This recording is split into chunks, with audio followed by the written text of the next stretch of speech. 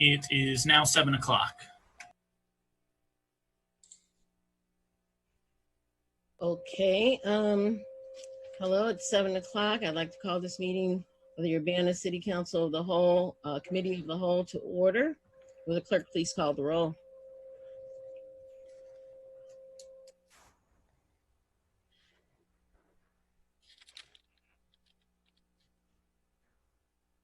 And you need to make sure that you unmute Phyllis. You're just, if you look at the bottom left-hand corner, there's a microphone. There you go.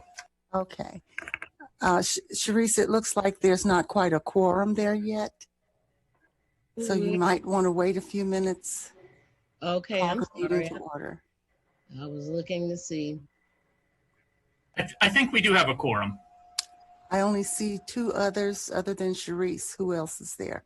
Bill, Dennis, and Mary Alice, and Jared. Oh, okay. Yeah. All right. Here we go. Miss Wu? Here. Miss Hersey? Here. Mr. Brown? Mr. Roberts? Here. Mr. Colebrook? Here. Mr. Miller? Here. Mayor Marlin? Here. Is Bill not here?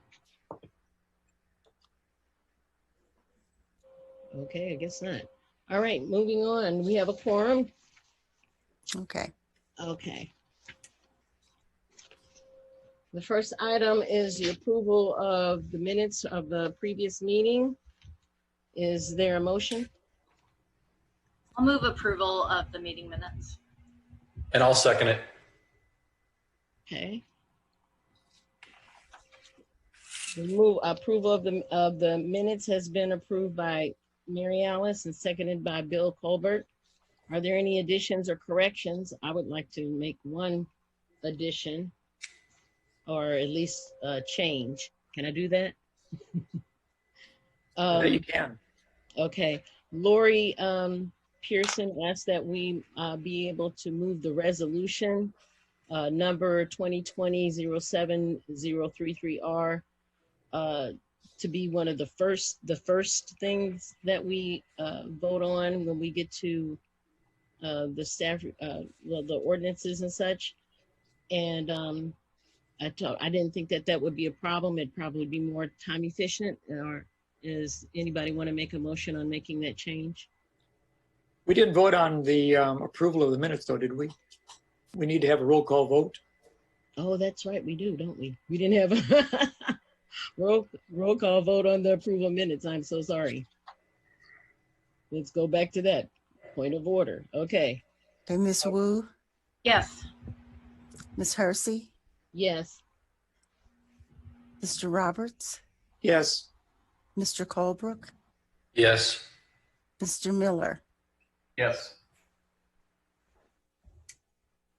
Thank you. Okay, moving forward, sorry, the public, the additions to the agenda or the change in the agenda. And I thought it would be all right to move the resolution to the beginning of our discussions down regarding the ordinances and the resolution. Can I get a motion? Sure, I'll do that. I would move resolution 2020-07033R concerning the SNAP double value program forward to be the first item to be discussed when we get to items. In a second? I'll second that. Okay, thank you. 07033R concerning Okay. the SNAP double value program. Next we have our public input and presentation. We need to vote on that. Oh, we do need to vote on that. I always forget to vote. Thank you, Bill. Can we have a voice vote on that, please? You need a roll call on Roll that. call vote on that. I'm sorry. Okay. Miss Wu? Yes. Miss Hersey? Yes. Let's see. Mr. Roberts? Yes. Mr. Colebrook? Yes. Mr. Miller? Yes. And my apologies to everybody. It's been over 4 months since I've actually done the committee of the whole meeting. So please be patient with me. And I've never done a Zoom one. So moving on to public input. I guess I'll start with voice. People are going to read their stuff, and we're going to keep you at 3 minutes because we do have several people, and I'm looking for hands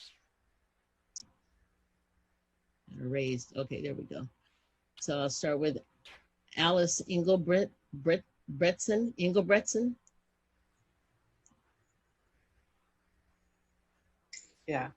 Yeah, Alice Engelbretson. I'm at 501 East California, and Dennis told me about this meeting today, and the reason he mentioned it to me is because I've advocated for brick sidewalks for about 25 years now. And I know you're going to be talking about changes to the codes, the zoning codes and stuff like, or whatever it is. I can't remember what you're talking about. But I just want to say that I really feel like we need to put all incentives that we possibly can into preserving the brick sidewalks, especially in East Urbana. So many of us just think it's such an important aesthetic quality. But the other important thing, of course, is safety. And about 25 years ago, when I got involved in all this, I had some brick sidewalks replaced in front of my house, which are pretty rumpled up at the time. We had a lot of community volunteers help, and it's held up so beautifully, and people seem to walk on it a lot because it's easy to walk on. So I'm just here as a citizen saying, you know, let's do everything we can to promote our brick sidewalks. Okay, thank you. Okay, next, Tracy Chong.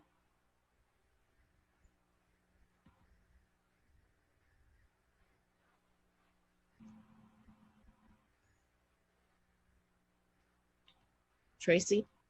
Hi, yeah, I just got unmuted. I'm Tracy Chong, resident of Urbana, or in the past few weeks, also referred to by the City of Urbana as FOIA Recurrence Requester number 2. Since I've started talking about the crazy fees charged by the city, Mayor Marlin has attempted to paint me in a very bad light in order to justify the hundreds of dollars charged. According to Marlin, I have made many FOIA requests. No doubt, in the following FOIA presentation today, the city will try to justify the monetary hurdles by claiming that my FOIA requests are such a burden to the city and claim that this has to be done because the number of FOIA requests are increasing each year. The public, myself included, file FOIA requests when we suspect that something is not right, and this often includes misconduct by the police. If the number of FOIA requests Urbana receives is increasing each year, this is a concern, and the right thing to do is to increase transparency and not squash it. Regarding my many FOIA requests, which Marlin listed in a memo last week, I made 3 FOIA requests in 2019 because my car was totaled in a hit and run by a drunk driver. So I had to get the police reports and follow up because important details were omitted by UPD during the investigation. In 2020, I made 9 FOIA requests and was labeled a recurrent requester by former City Clerk Charlie Smith. This happened within a week of April 11th when I submitted a request for records related to the beating of Aaliyah Lewis by Urbana police officers. According to Charlie Smith, I had submitted 7 requests within 7 days, but this was not true. He assigned a new FOIA number to a follow-up query from a previous FOIA request because I suspected the city did not provide all documents that I had requested. This is a valid concern. There are documented instances where the city has omitted documents and only provided them after much follow-up. Of the other requests, I was referred to the Illinois State Police for one, received no documents for another, even though I narrowed the scope as requested, and was charged for documents related to the police department, the Aaliyah Lewis incident, the CPRB, and the city's compliance with the Open Meetings Act. I'm also not sure how it is legal for the city to charge for these documents based on megabytes. According to the Illinois FOIA statute and after confirmation with the public access counselor, this method of charging can only be applied to voluminous requests. None of my requests where these charges were applied have been designated as voluminous. The city is making all kinds of excuses for these charges and painting requesters like myself as villains. Way before any of these recurrent requester charges, Urbana has always made it difficult to get documents and withheld information via other means, like using exemptions incorrectly. The only new thing is that the city has found another method to block transparency. Thank you. Thank you. John Hayes?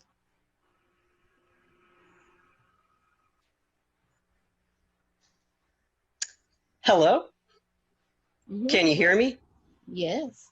All right, then my name is John Hayes. I'm a resident of Champaign, and I'll get to it. City Council, first, let me implore you all to ask Julia Reitz to drop the charges against Aaliyah Lewis and the 27 protesters who were arrested May 31st. It's a very simple action, one that I have taken, and you can do it too. Her number is, for anyone listening, 217-384-3733. Also, get SROs out of the schools. Concerning the events of April 10, it is abhorrent how the UPD behaved. The actions they took actively escalated the situation. First, while the 911 call described an accidental discharge, 9 officers arrived ready for an active shooter situation and escalation. Officer Ruff threatening to shoot the suspects with an assault rifle if they didn't do exactly the right things with their hands was another step towards escalation. I suppose the officers that day simply got themselves excited and it became reasonable in their minds to dogpile Aaliyah Lewis, striking her in the head and using painful submission techniques. All because in a moment of extreme duress, she deviated slightly from verbal instructions given at a large distance, a distance at which words can easily be misheard. Deviation from instructions that psychological stress must have made difficult or even impossible to comprehend in that moment. Every step of the way, the Urbana police actively escalated the situation that led to the arrest of Aaliyah. To be more clear, I'm not so naive as to believe that the abhorrent behavior of the UPD was because of undertrained and/or malicious officers. These abhorrent actions are instead the result of all the training police undergo and is corroborated by the UPD's use of force policy. Go to their website and read it. It's laughable. What I want is the demilitarizing of UPD. The very presence of an assault rifle, April 10, escalated the situation. Get rid of the guns. Let's also talk about pepper spray. The variety used to deter bears has a concentration of about 2% capsaicin. Capsaicin is what makes the spray burn. Police-issued pepper spray has a concentration of up to 30% capsaicin. Do police need a pepper spray that is stronger than what is used to deter a bear attack? Do police need less than lethal rounds that are far too often the cause of death or permanent injury? I will never be convinced that these weapons are contributors to safety. They instead point towards escalation of violence. Even when not used, the potential threat a gun represents allow police to behave brutally. The weaponry police have represent an implicit threat to those around them, and yet police cry about wanting to build mutually trusting relationships with the public. From the get-go, a militarized police department will always represent an unequitable relationship with police coming out on top. Disarm the police, defund police, and put that same money towards real community needs.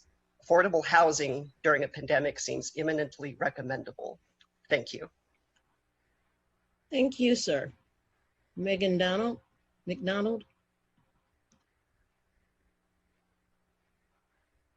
Hi, can you hear me? Mm-hmm. Yeah? All right. Dear Mayor Marlin and the rest of the City Council, my name's Megan McDonald and I'm from Ward 5. Here we are again. Another week has passed by and you've contributed nothing of substance or impact when it comes to anti-racism work. The community shows up week after week, writing emails, making phone calls, trying to make your jobs easier by presenting you with facts, suggestions, and concerns. Mayor Marlin, you continuously ignore us. You respond more promptly to requests from bars. You respond more promptly about trains humming too loudly in East Urbana. You'll probably respond more quickly to these brick sidewalk concerns. You respond to some people, but not all, via email. You cherry pick during public input. You interrupt people during public input to remind us that you are not for the people, to remind us what and who you do or do not support. You've interrupted 2 women in the last month to tell them how they were wrong in their statements about you. Does that mean we are to infer or assume that everything else we've said about you is true? So it's true that you did tell the public it was tech issues that hindered public input the other week, when in fact it was your own personal choice to ignore the comments from the community you represent. FOIA'd by Tracy Chong last week. I noticed you didn't hop in to tell her that she was mistaken, but I guess we're noticing how hard you try to make her job. You try to hinder Tracy Chong from her freedom to information, which she only attempts to access to keep you transparent and accountable, which you should welcome. It's true that you're cop endorsed. It's proudly displayed on your website. It's true that you have voiced frustration with the systems in place that have failed to act in response planning to COVID-19 and the reopening of schools. Imagine how we feel with your failure to act to help save our fellow community members from life-threatening felonies. It's true that you pushed back on the proposed 4% cut from the police budget, bringing it back down to 2%, money that could be going back into social work, affordable housing, or community development. It's true that you've done little to nothing to provide your support and influence in the Drop the Charges campaigns for Aaliyah Lewis and the 27 protesters from May 31st who were maced and threatened out on Prospect Avenue. They're innocent until proven guilty, yet still aggressively and violently handled by the police that you're so proud of. Jailed in crowded cells with no bonds posted for 48 hours or more during an international health pandemic. It's true that you cancel city council meetings, citing lack of agenda items. Those city council meetings have consistently been going for 4 hours, week after week. You're just hoping that we just stop showing up. It's true that out of the half a dozen protests there have been, you've only shown up to 1. Before I continue, I'm going to wait 10 to 15 seconds for you to respond.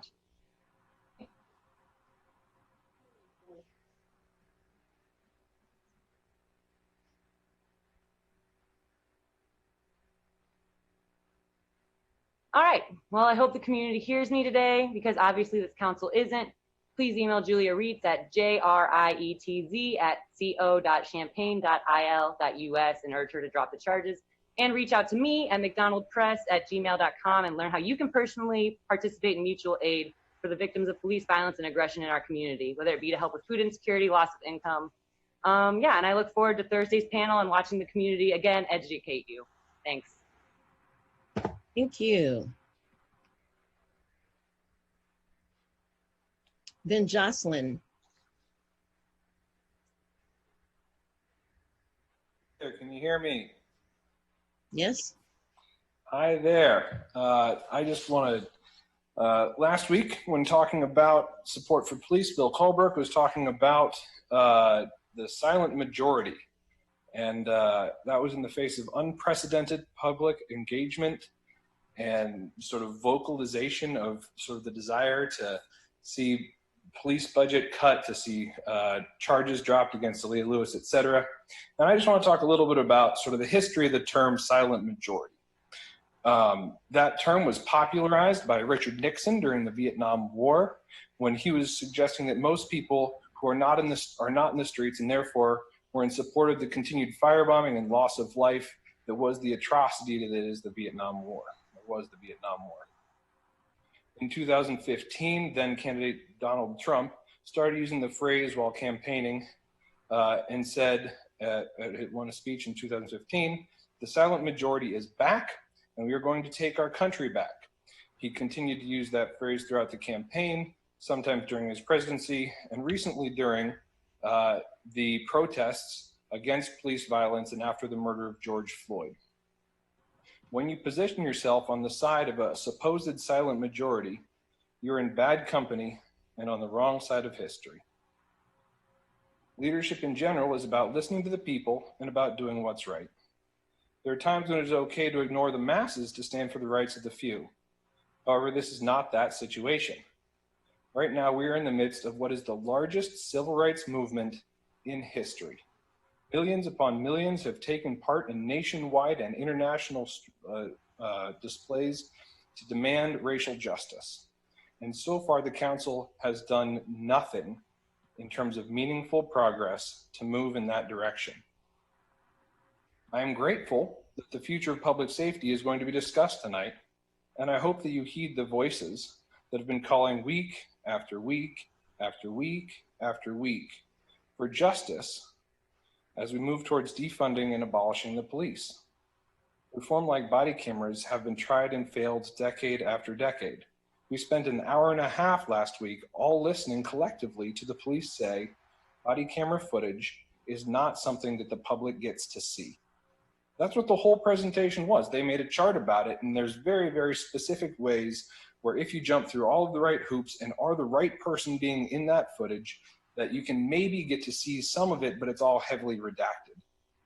Most of the footage goes to the state's attorney. They get some cops off the hook for things that have been claimed against them, but it's clearly not a tool for police accountability, and further investment in that direction is not a move towards justice.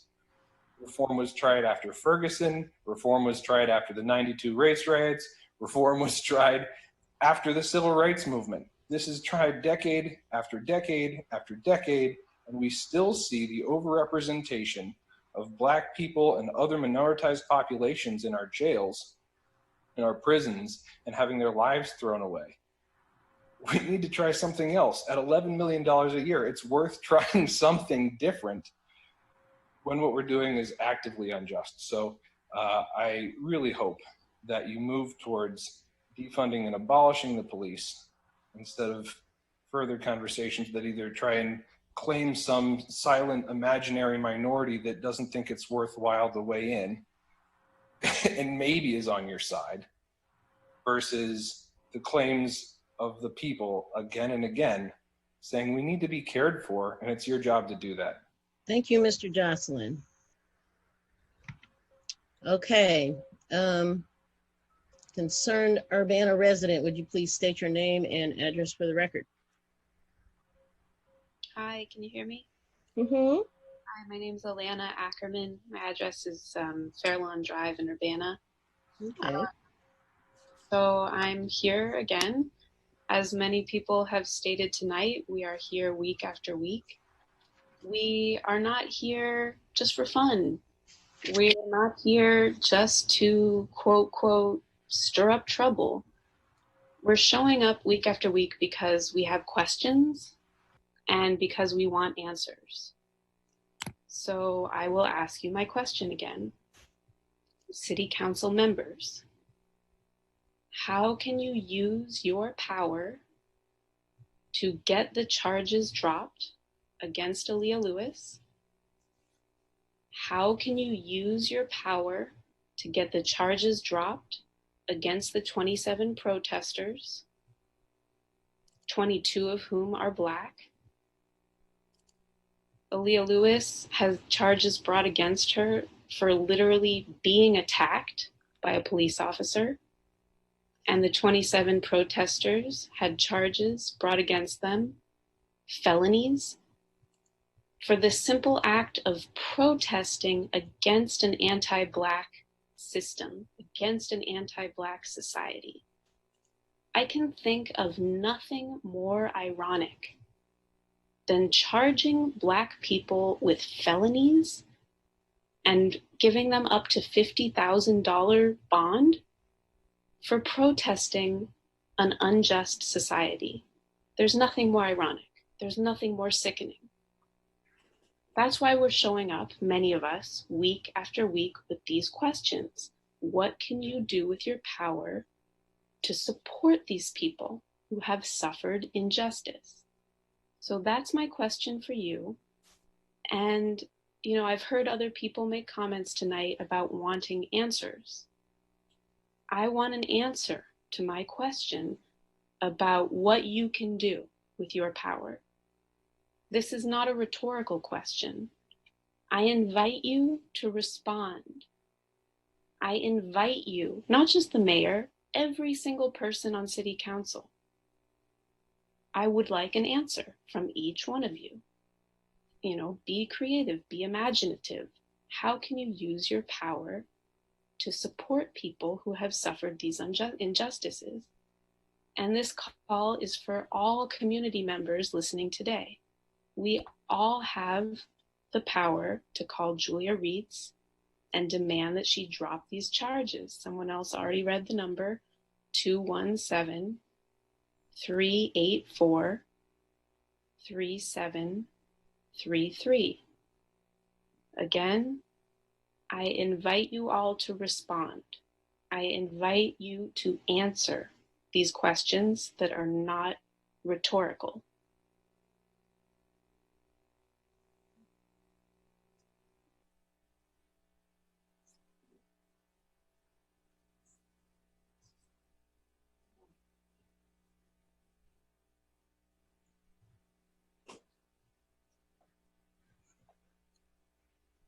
Had 5 speakers. Hello?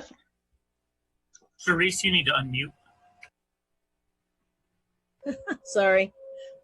I meant to go to Christopher next, but Megan, I'm sorry, what's your last name? Miracle. Okay. Thank you. And I'm a resident of Champaign. Okay. Thank you. So I'm calling tonight to once again urge you to take action to get the charges against Aaliyah Lewis and the 27 protesters dropped. It's disappointing to see such consistent public support from community members, as others have said, while seeing silence from our local representatives. It's also disappointing to hear, in meeting after meeting, the same troublesome rhetoric surrounding the reality of police brutality in our community. You claim that it doesn't happen here, while refusing to acknowledge the injustices faced by Ms. Lewis, or to acknowledge the memory of Kawan Carrington. Police brutality does happen here, full stop. Further, the claims that this isn't LA are undermined by the simple fact that racism is structural and that white supremacy is embedded in our criminal justice system. Did you speak up? I can't. Yeah. I don't know if the phone got away from you or something, but. Can you hear me now? I can hear you a little better, yeah. Would you like me to start over? No, just, continue. I just wanted to let you know we couldn't hear you. Okay. I can follow up with email about what you missed. So when Bill Colebrook claims that the militarization of the police exists to keep police officers safe, he furthers the assumption that police need protecting from the community and glosses over the use of police tools to harm and kill community members, from AR-15s to SWAT teams. To the contrary, a 2018 study found that the use of SWAT teams fails to make police safer, does not deter violent crime, and is disproportionately used against communities of color. While the UPD claims to use assault rifles responsibly, they lack true transparency, as the entire section of their guidelines on responsible use for patrol rifles is redacted. And apparently these policies allow officers to have assault rifles swing freely over people, as shown by Aaliyah Lewis's assault. Saying that officers need protecting denies the role that they have historically and currently play to escalate violence in the first place. Further, the Illinois eviction moratorium is set to expire soon, even though many community members are still unemployed and recovering from direct and indirect effects of COVID-19, with no way to meet rent payments, much less back payments. Houselessness, particularly in a global pandemic, is a public health issue and is disproportionately experienced by people of color, LGBTQ+ people, and people with disabilities. 84% of unsheltered people have pre-existing health conditions that put them at increased risk. People who are houseless are more susceptible to police violence and are routinely criminalized. Doing nothing means refusing to intervene when people's lives are on the line. In closing, arguments from the community about where we might place the money we gain from defunding the police aren't just suggestions about where money should be spent. They're clear and researched directions that actually address community problems, including houselessness, mental health, domestic abuse, and poverty. The police do nothing to solve or even address these problems because as an institution, they're designed to criminalize and respond with violence to social problems and to create violence and precarity where it did not exist before. Defund the police. Thank you. Thank you. Okay. Christopher? Hi, can you hear me? Yes. Hi, Sharice, do you have more than 20 people speaking tonight? Yes, we did. Okay, I'll try to make it quick then. My name is Christopher Hansen. I've lived in Urbana for about nearly 20 years now. I want to talk about the issues of public records, and I'll state once again that the FOIA fees that the city is charging, they're a new invention that residents began seeing after people started looking into the Urbana Police Department. And other public bodies are not doing this. They are not charging $700 to $800 for one records request. And when I call the Illinois Attorney General's office, which I did earlier today, and I'm told that they have never heard of a public body charging fees in the way that Urbana has just adopted, and that a number of Urbana's new FOIA practices are entirely illegal, that is rather notable. And when Urbana staff get creative about how they assign FOIA numbers and assign up to 7 different FOIA numbers to a single request, just so that they can call a person a recurrent requester and publicly demonize them, I think that is rather notable. And let's be clear, Urbana staff have violated the FOIA law many, many, many, many times. And many of the FOIA numbers assigned by city staff never resulted in the city producing any records, because they're denied. And I wonder what the city council was thinking last month when they voted on Kurt Borman to be the new city FOIA officer. This is a person who used to be a police officer, and trust with the police was already very low. And now you've assigned a retired police officer to handle public records in the wake of the Alea Lewis incident. And Kurt Borman has made every effort to conceal records related to the police department. And now you have reinforced that mistrust. And I think the question that the city council needs to ask is, does the city of Urbana want to have the legacy of being the most secretive governmental body in the state of Illinois? Because that's the direction we're headed. And I think the answer to that question should be resoundingly no. We should be going in the opposite direction. We should be doing way more than the bare minimum, and we should be trying to maximize access and transparency and access to records. In a time when local residents are most concerned with what their government is doing, and when the city's response to that concern is to become as secretive as possible and to shut out concerned residents, and then to publicly villainize efforts by citizens who try to engage their own government, that tells me something is very seriously wrong with the decision-making process of our government officials. And when the city of Urbana publicly espouses transparency as one of its most valued tenets, but at the same time stomps upon the efforts of its residents to access their own government, that is very simply corrupt, and it needs to stop. Thank you. Okay. Mr. Cisneros.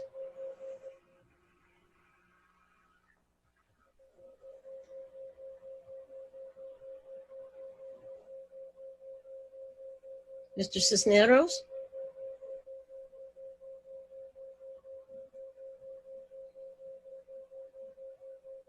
Hello? Hello. Oh, hey, sorry about that. It's okay. Yeah. Thank you. Thanks for giving me the chance to contribute.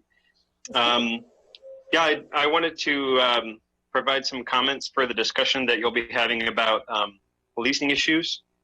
And I wanted to, and I agree with a lot of the things that have been said about asking you to call the district attorney and to advocate for Celia Lewis and the other arrested protesters. But I kind of wanted to focus on this discussion that you'll be having. And I guess I wanted to commend you for making space for the discussion and for the steps that the mayor and the council have already taken. But I'm concerned that the council and mayor might become, I guess, satisfied with some of these, what seem to me to be token changes. I'm concerned that your conversation today will start with this narrow framework of just kind of working around the edges rather than taking this opportunity to make real change. And I'm also concerned that several of the council members, because of their positions or past experiences, are responding to the community with defensiveness or misunderstanding rather than open and honest accountability to the public. So just to reiterate the problem, the city of Urbana suffers from an over-reliance on policing and over-policing. And this, like all institutions in our society, is woven through with racism. Policing is our response to too many problems, which not only fails to make our community safer, but actually makes it less safe for marginalized or minority members of our community, leading to racial violence such as that experienced by Alea Lewis on Good Friday.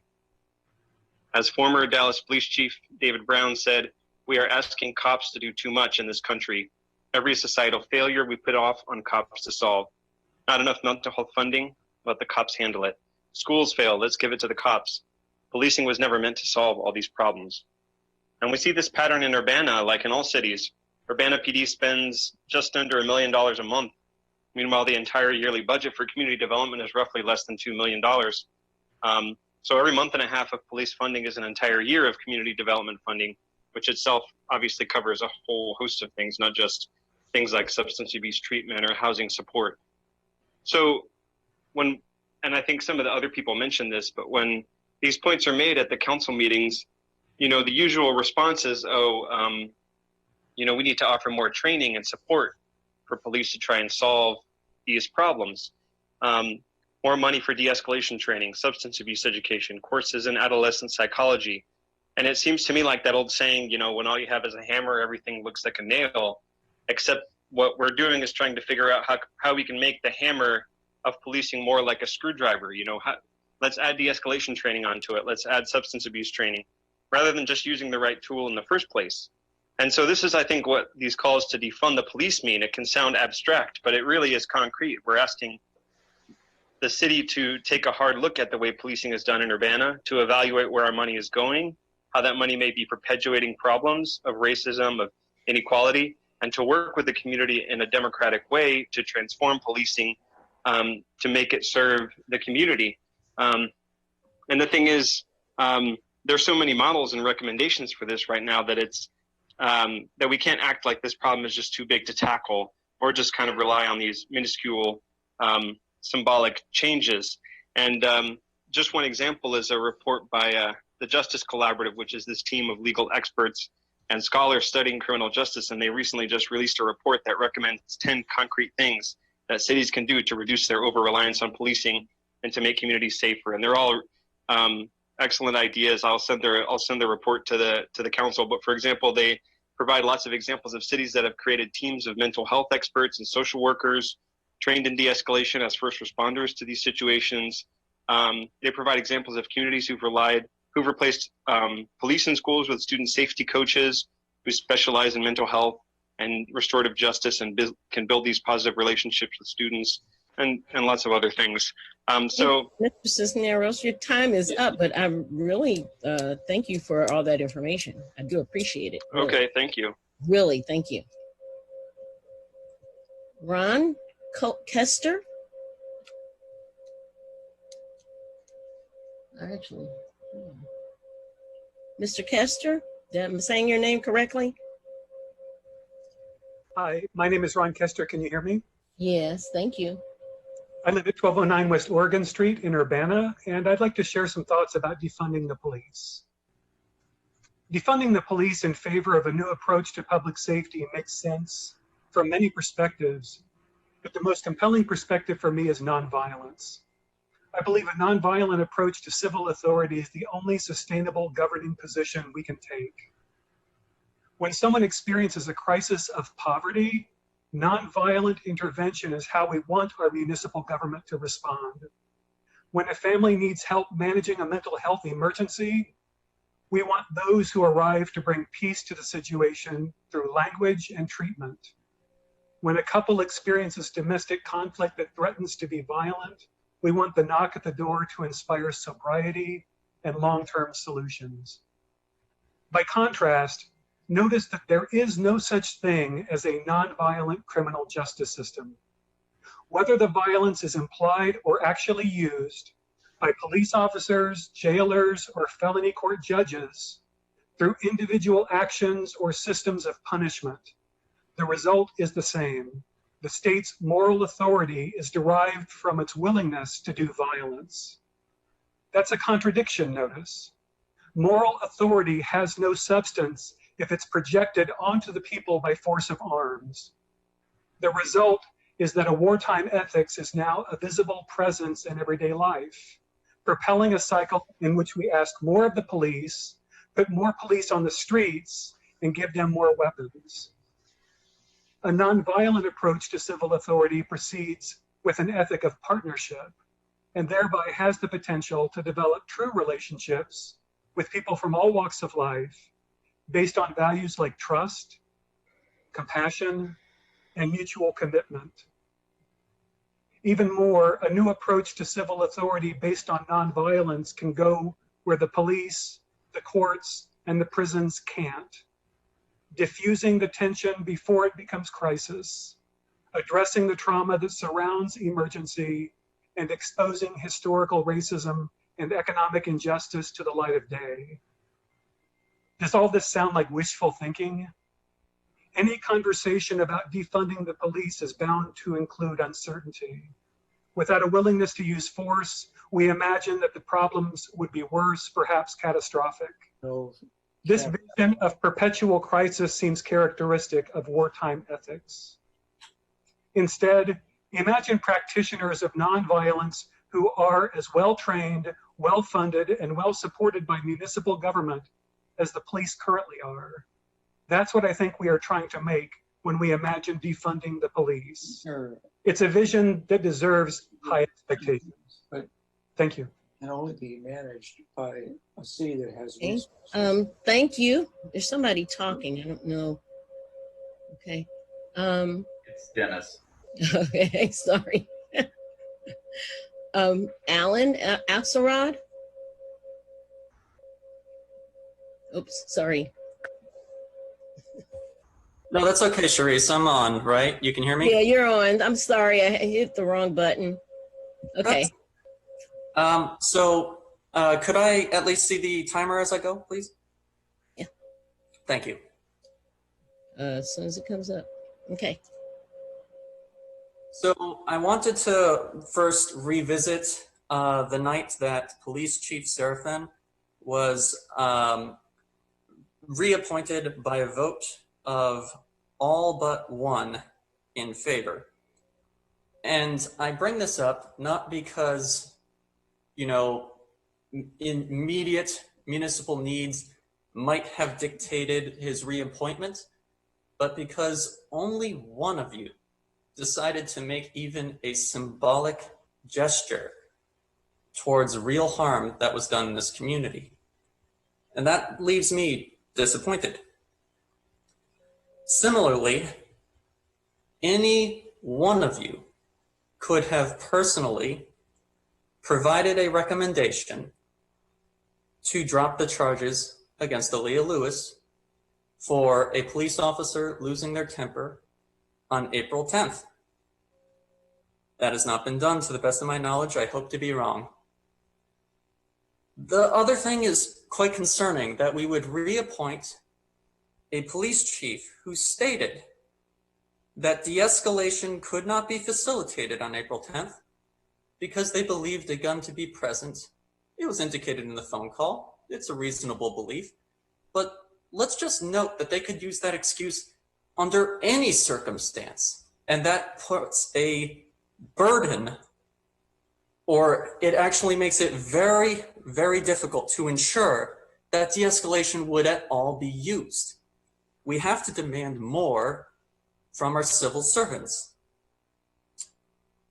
But I want to pivot over to the fact that we are facing an eviction tsunami.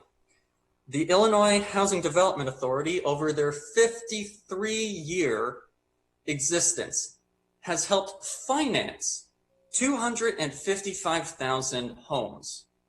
They have conservatively estimated 500,000 homes in Illinois facing evictions, almost double who they have helped in their 53-year history.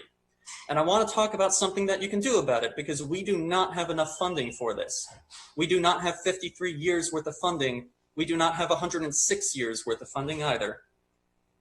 The Chicago mayor, in preemption of the last eviction moratorium expiring, extended the number of days that tenants could not be evicted.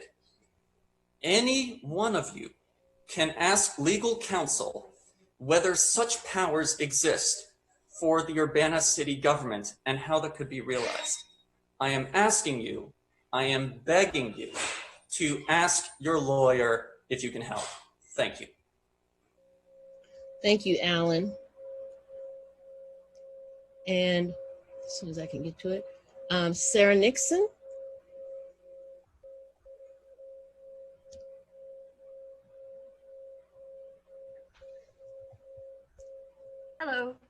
Are you able to hear me?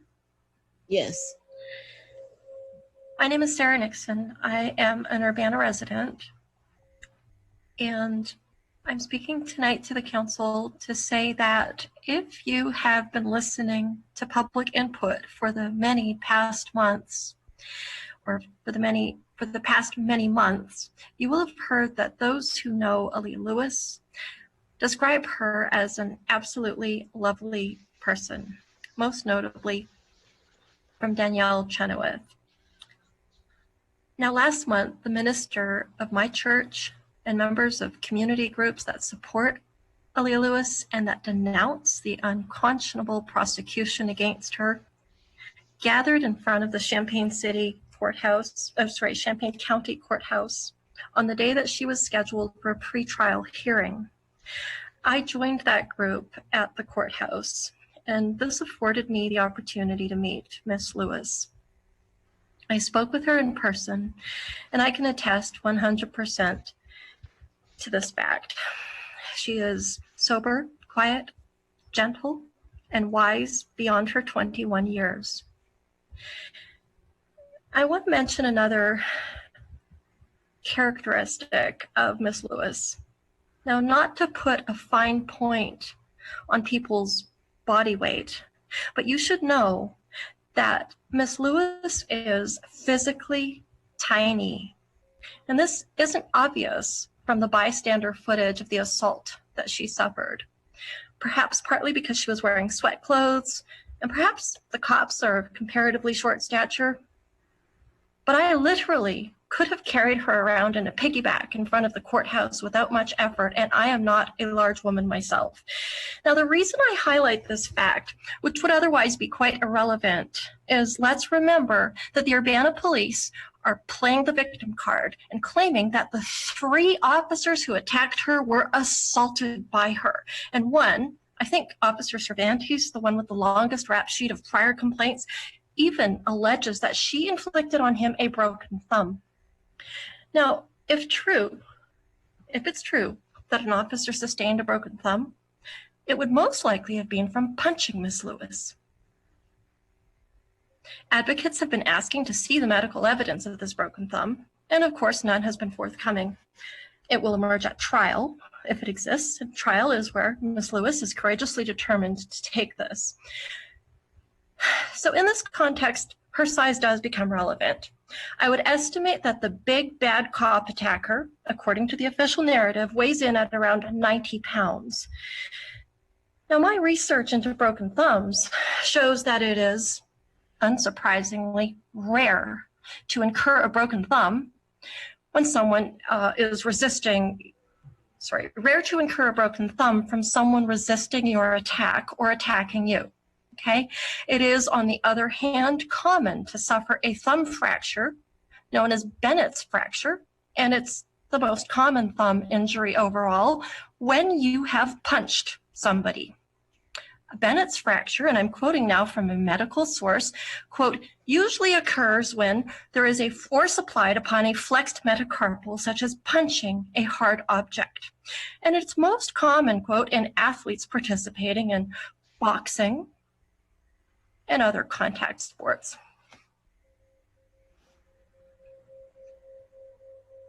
Thank you. Thank you, Ms. Nixon. Is there anyone else that wishes to speak at this time? I don't see anybody. Okay. I do have a couple of emails that need to be read. The first one is from Daryl Cruz. Dear Mayor Marlin and City Council members, during the past 16 years, I have heard different UPD chiefs say they are looking for guidance from the City Council regarding the subject of traffic stop racial disparities. There seems to be hesitancy on the part of the UPD to act unilaterally. Understandably, the UPD doesn't want to do something the City Council or committee or community would not support. As a result, UPD frequently looks to and defers to City Council for direction. Sadly, when little guidance is given, little change occurs. It is finally the right time for the City Council to lead on this topic. The City Council must clearly and explicitly state in a council resolution what expectations and changes they want the UPD to make to reduce traffic stop racial disparities. UPD command leadership would value such clarity. The community would support such a resolution. Therefore, I offer the following draft resolution for your consideration. There are reasons for including each and every element. I would be happy to discuss this draft resolution with you or answer any questions you may have. Council could revise it and send it to legal for final editing and wording. However, you must act through the power and clarity of a council resolution to resolve what seems like an intractable problem. I ask that this email and attachment be entered into the record Monday night. I trust that you will read it beforehand, so I'm not asking for it to be read during public comment. I hope Monday night you will discuss the need for a council resolution during the agenda item, policing next steps. Thank you again for your service to the community. Respectfully, Darrell Cruz. And then there's a PS of the resolution that he sent us. I'm looking for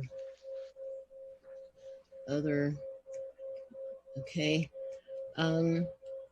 This is from input from Eric Jacobson. Dear Mayor and Council, I'm writing to acknowledge a positive experience Naomi and I had when we felt obliged to initiate a call to police a bit more than 2 weeks ago.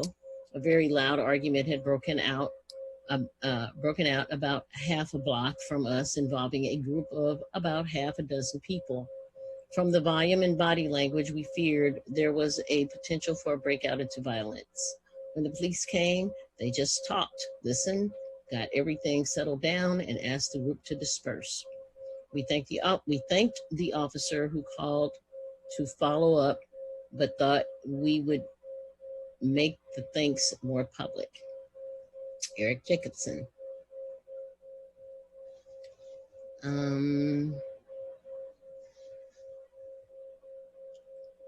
Trying to see if there's any more. You see the one from Karen Linder, and there's also one more hand raised, Sharice. Okay, now there's another hand raised. They'll have to wait. Dear council members, this moment in time, because I can't see the screen right now anyway, this moment in time is the time to stand and do the right thing.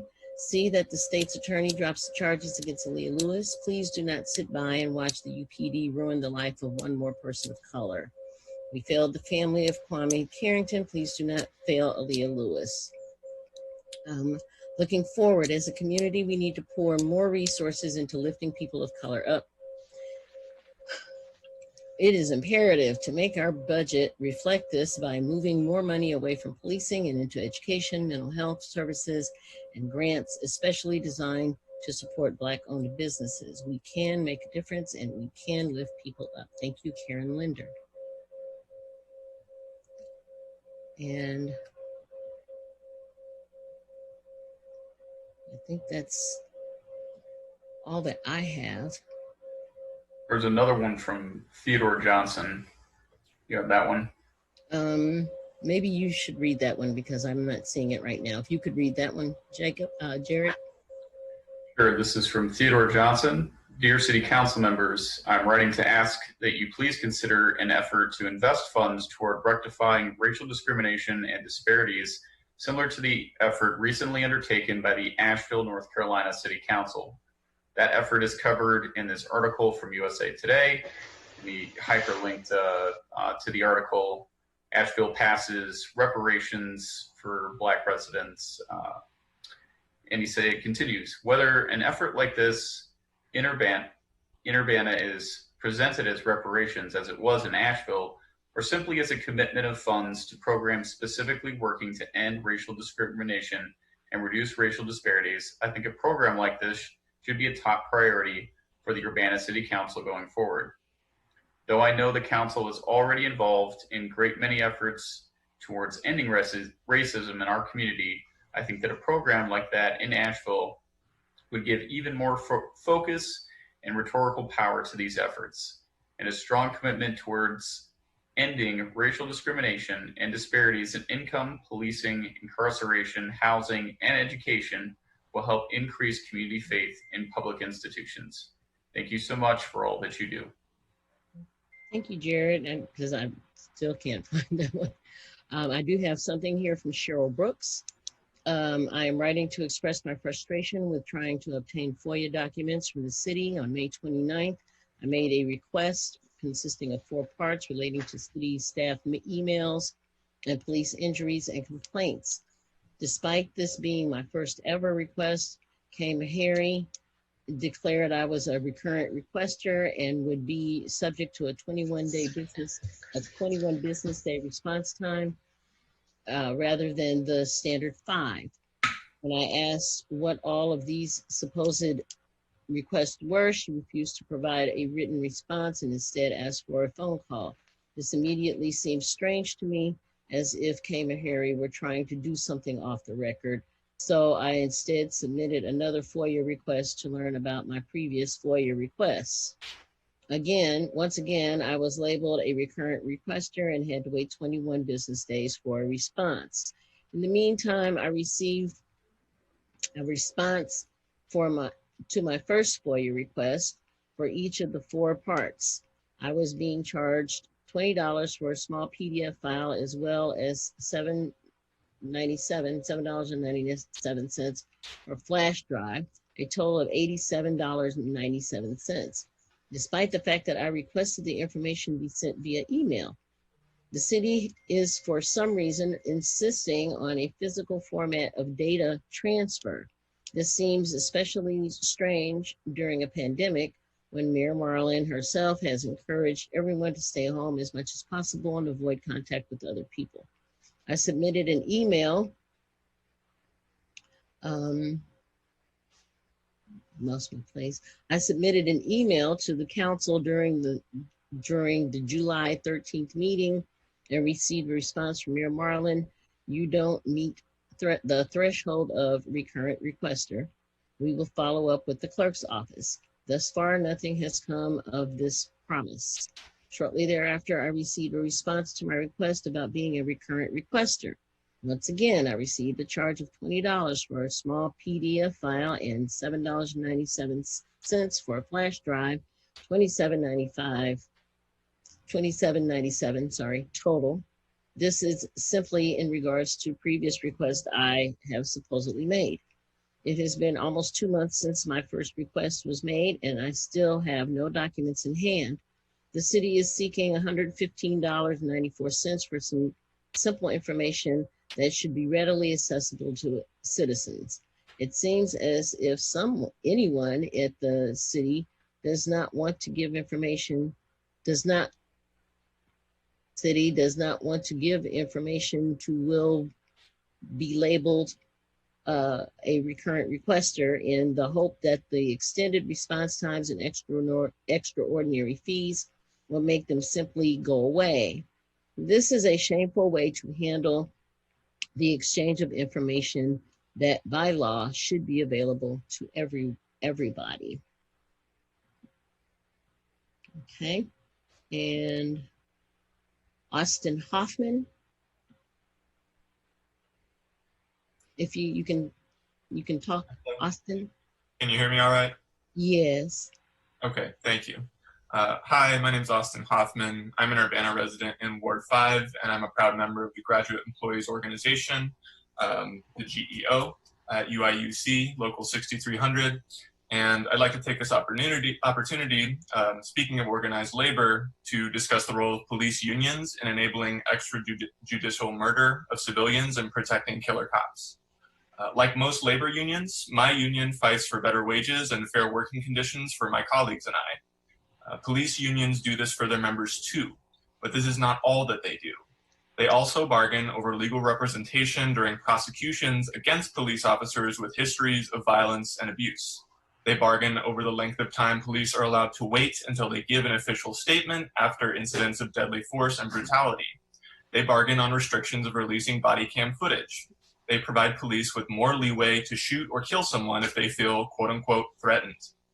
These are privileges that go far beyond what a worker like myself or a worker in almost any other sector of labor could reasonably expect.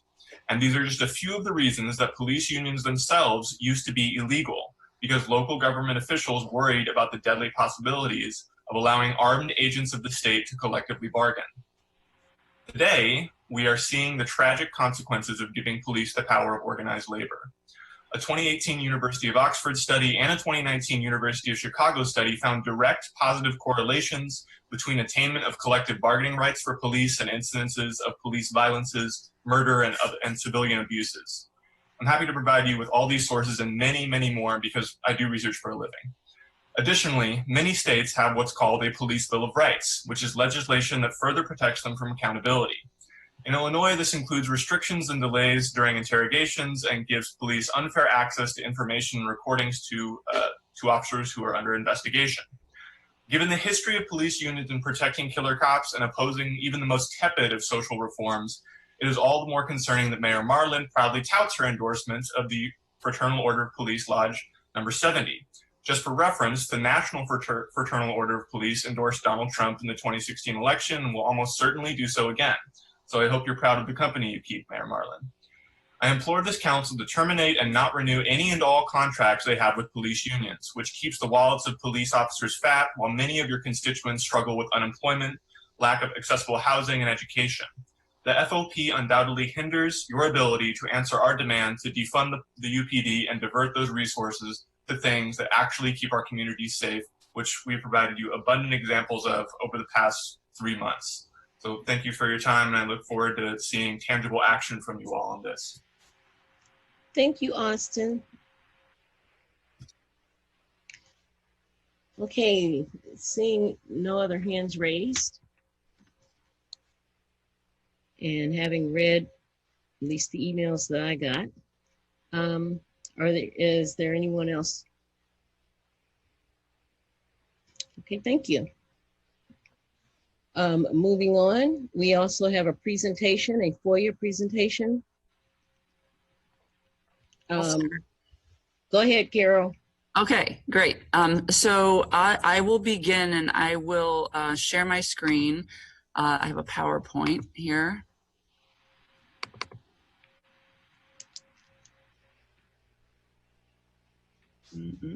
Just bear with me. There it goes. And I will do a few slides and then turn it over to Jim Simon. And just so you all know, we also have Kurt Borman on the line, I believe, if there are questions that that he can answer as well as we go. Okay. So this is a follow-on to a memo that Mayor Marlin had sent to the council on July 10th and has been posted online for folks to see, addressing some questions that had arisen around fees being charged for FOIA, and then also some of the information that's withheld when crafting responses. So this is hopefully an explanation of that in a way that the public can digest as well. So FOIA balances three important interests. Of course, the first is transparency, but then there is information that is exempt from disclosure, and then there's also the burden of the response. So those three things are balanced when creating FOIA producible records. This chart shows the trend of FOIA requests in Urbana and from 2015 until now, and you see that trend is increasing. And in 2019, just to maybe turn the number of requests into something that's a little bit more accessible, in terms of number of requests per work day, that averages 2.8 FOIA requests per work day, and then the number that we're on track for this year, the 718, that translates to 2.9 requests per work day. Now, in responding to FOIA requests, I want folks to know, Jim is going to walk us through the whole process, but you'll see there that there's a number of staff that are identified as participating in the process. At a minimum, at an absolute minimum, we have 2.5 FTEs committed to working on FOIA every day. So we have a half-time person in the clerk's office, we have the FOIA officer, and then we have a full-time person in the police department. And then we have various people. Each department has an individual that's designated to handle FOIA requests for that department. And then from time to time, we loop in other legal folks. And we also call on the IT department sometimes when we're doing complicated searches. So 2.5 FTEs at a minimum is on a daily basis. And then sometimes that can double when we're doing a large request and handling lots of different kinds of documents. So now I'm going to turn to Jim and ask him to walk through what exactly happens when we take in a FOIA request. Thank you, Carol. Hopefully you all can hear me. A lot of people seem to think that responding to FOIA requests is a fairly simple task. Get a request, pull the records, send them out. There are a number of steps that every FOIA request follows. First, the request has to be logged in and assigned a FOIA number. This is typically done at the clerk's office. The request, unless otherwise provided by the statute, requires, as was suggested earlier tonight, within 5 business days of receipt of the FOIA request. However, the city and requesters can agree on a different time frame if they so desire. If a FOIA request does not or is not clear in terms of what searches should be made, what words should be used electronically to search in electronic searches, the city has to develop search terms, often in conjunction with the requester. The FOIA request is then forwarded to the appropriate department or the individual who is likely to hold access to the records. Sometimes upon look by that individual, maybe a quick search to see what we're talking about in terms of volume and accessibility and ease with the search terms and locating the records, that person may request an extension. Typically in voluminous requests, or requests that are perceived as going to be voluminous, that request is made to the requester. And again, the city and the requester may agree. Same would be true with unduly burdensome requests, which are not necessarily voluminous, but due to the categorical nature of a request, it may be unduly burdensome. If the requester refuses to cooperate, which is rare in Urbana, the city has the option of denying the request in certain instances or handling them different. Obviously, the search itself has to be conducted. Hard records may be required to be searched. Electronically stored records may be required, as well as emails. For every single search term that a FOIA requester provides or that the city and the FOIA requester clarifies, a separate search must be undertaken. If it turns out that there are 3 viable search terms, then the exact same search, but with different terms, must be undertaken. For example, if a search has to be made of 5 staff employee email boxes, then each of the 3 terms will have to be run through each of those mailboxes, being a total of 15 searches. Once the search has been completed and the records been gathered, it is possible that further communication may be required with the requester. And as I said, in the past, the city, and they continue to do so, we continue to do so, try to cooperate in each step of the way, assuming the requesters are willing to cooperate. So the city may ask that timeframes be shortened, the scope of the request be narrowed, or the number of parts within a request be limited. If fees are likely to be charged in those instances that the statute clearly allows fees to be charged, the city is required to provide the requester a reasonable estimate of the fees and a breakdown of the fees. Fees are allowed in certain instances with hard copies, records in non-PDF form, such as video and audio or JPEG pictures, or in PDF form. And I'll talk a little bit about that in a couple of minutes. Obviously, the records are compiled, and 2 copies typically have to be made, at least 2. There will be a third copy made in a little bit, because one unredacted version has to be kept, and then the other copy is used to make redactions, if appropriate, and supported by 1 or more FOIA exemptions. FOIA provides, in Section 7 of FOIA, 44 different exemptions, and the justification for those exemptions are inherent in the description of the exemption. Section 7.5 provides 50 exemptions.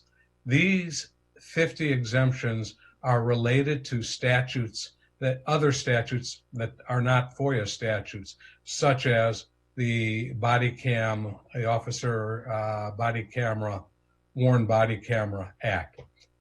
Records are, under that act, in certain circumstances, must be kept confidential. So the legislature has engrafted that act into Section 7.5, providing exemptions. The city doesn't have a choice where other statutes require exemptions. Records are reviewed for exemptions to see if there's exempt information that should be withheld, or entire records, which is very rare, but it happens on occasion, should be withheld. But the person or persons reviewing the records, depending on the volume, must also identify the exemptions that they're relying on, because that is provided in a response. Typically it's done, well, I'll tell you when we get to the response, but one of the parts is citing the statute, section of the statute, and often quoting the exemption. Of the records that have been redacted, the process of redacting itself is not necessarily simple. You have to identify what's redacted, highlight it, make a decision on making that permanent, because you can't unredact, and then, at least with the programs we're using, and then, of course, as I said, identify the exemption. Hard copies have to be photocopied. Electronic records have to be downloaded into some medium to provide them to the requester. We in the city retain unredacted copy of all records and a copy of the redacted records. That is because a requester is advised of his or her right to seek review by the Public Access Bureau in the Attorney General's office. And often the Attorney General, or I should say the Public Access Bureau, will ask for the unredacted records to see if the city was proper in redacting, i.e. was proper in how they employed 1 or more exemptions. Then typically the person or primary person conducting the search has to be coordinated if multiple people are doing the search, but somebody will write a response. A response to a requester typically provides the FOIA number, provides the date it was received by the city, and then quotes the substantive part of the FOIA, the actual records request. Then it will indicate whether records are being provided or not. If there are no records that are responsive to the request, it'll state that. If there are, but they aren't being provided, or because redactions have been made to some of them, it'll note that, and then it'll provide the list of exemptions relied on, as I say, citing the statute typically, and either quoting or paraphrasing the exemption itself. After that, the response advises in full, takes from the statute itself the provision that provides the right for a requester to seek review of the city's response. Often when a requester asks for a review from the Public Access Bureau, the city will be notified and we will be asked to either provide unredacted records if it's a question about exemptions, or to explain how we arrived at a particular determination: voluminous request, burdensome request, recurrent requester status, that kind of thing. The next slide provides an example of what is referred to as a multi-part request.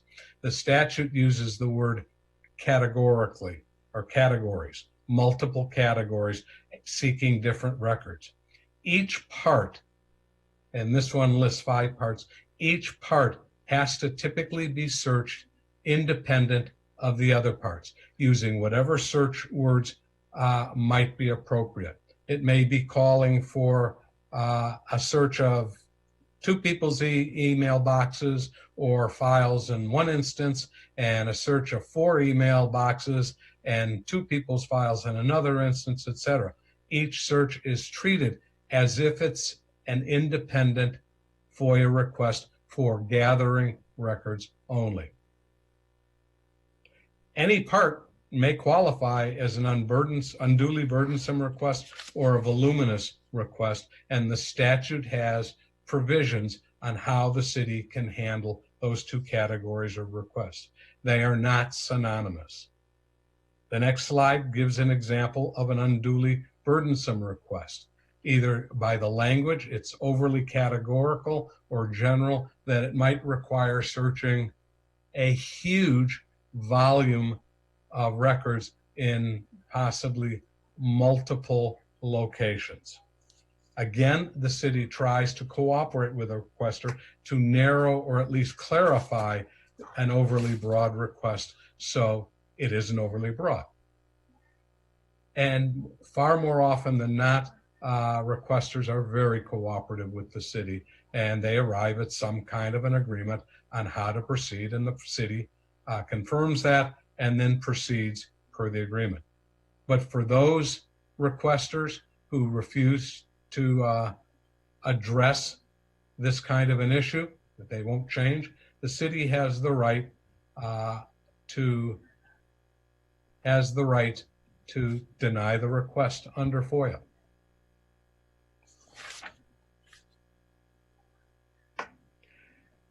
The next slide describes what constitutes or how one determines whether a request is a voluminous request. This is not a determination that's made ad hoc by the city. The statute provides very specific metrics on what constitutes and what does not constitute a recurrent request. If a request, a voluminous request. If a request contains 5 or more than 5 parts, it is deemed a voluminous request. If a request seeks or likely to generate more than 500 records, whether they're 1 page or 50 pages, that's a voluminous request. And finally, if a single record among the search, no matter how many records that may be generated, if it's going to produce more than 500 pages, then that would be a voluminous request. Needless to say, responding to the voluminous requests are very time consuming. I'll give you an example. One recent request would, if it was completed, would have generated over 12,000 pages of records that would have to be reviewed. We estimate that it takes on average about a minute. Some records take less. Some records take more, especially if there are multiple redactions. So if you figure a minute per record, that would come down to over 200 hours of staff time to handle that one request. Some requests may have multiple voluminous parts to them. FOIA also provides a very specific metric on determining whether somebody is a recurrent requester. And there are some exceptions. A recurrent requester status arises if there are 7 requests in a 7-day period, 15 requests in a 30-day period, or 50 requests in a 12-month period. Once an individual has been identified as a recurrent requester, that status remains with the individual for 1 year. And it can be a rolling year. Let me give you an example.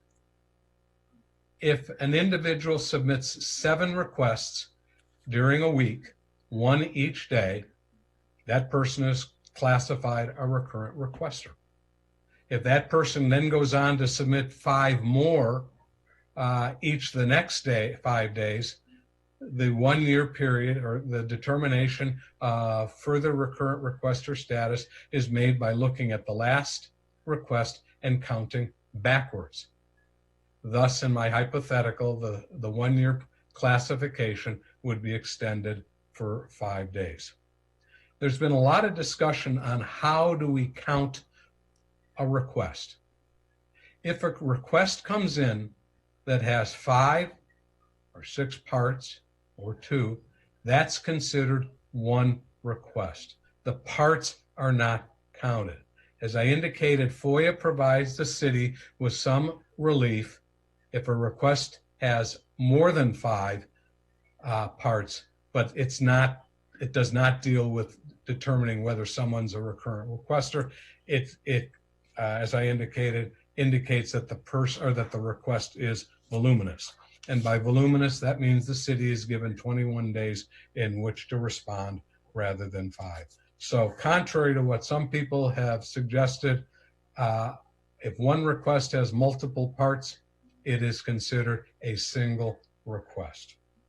Of course, as I said before, any part of a recurrent requester's multi-part request could include a voluminous or a burdensome request. In recent times, 2 individuals have qualified as recurrent requesters, and the city so advised. And you heard several people speak about that tonight, and others speaking about that other nights.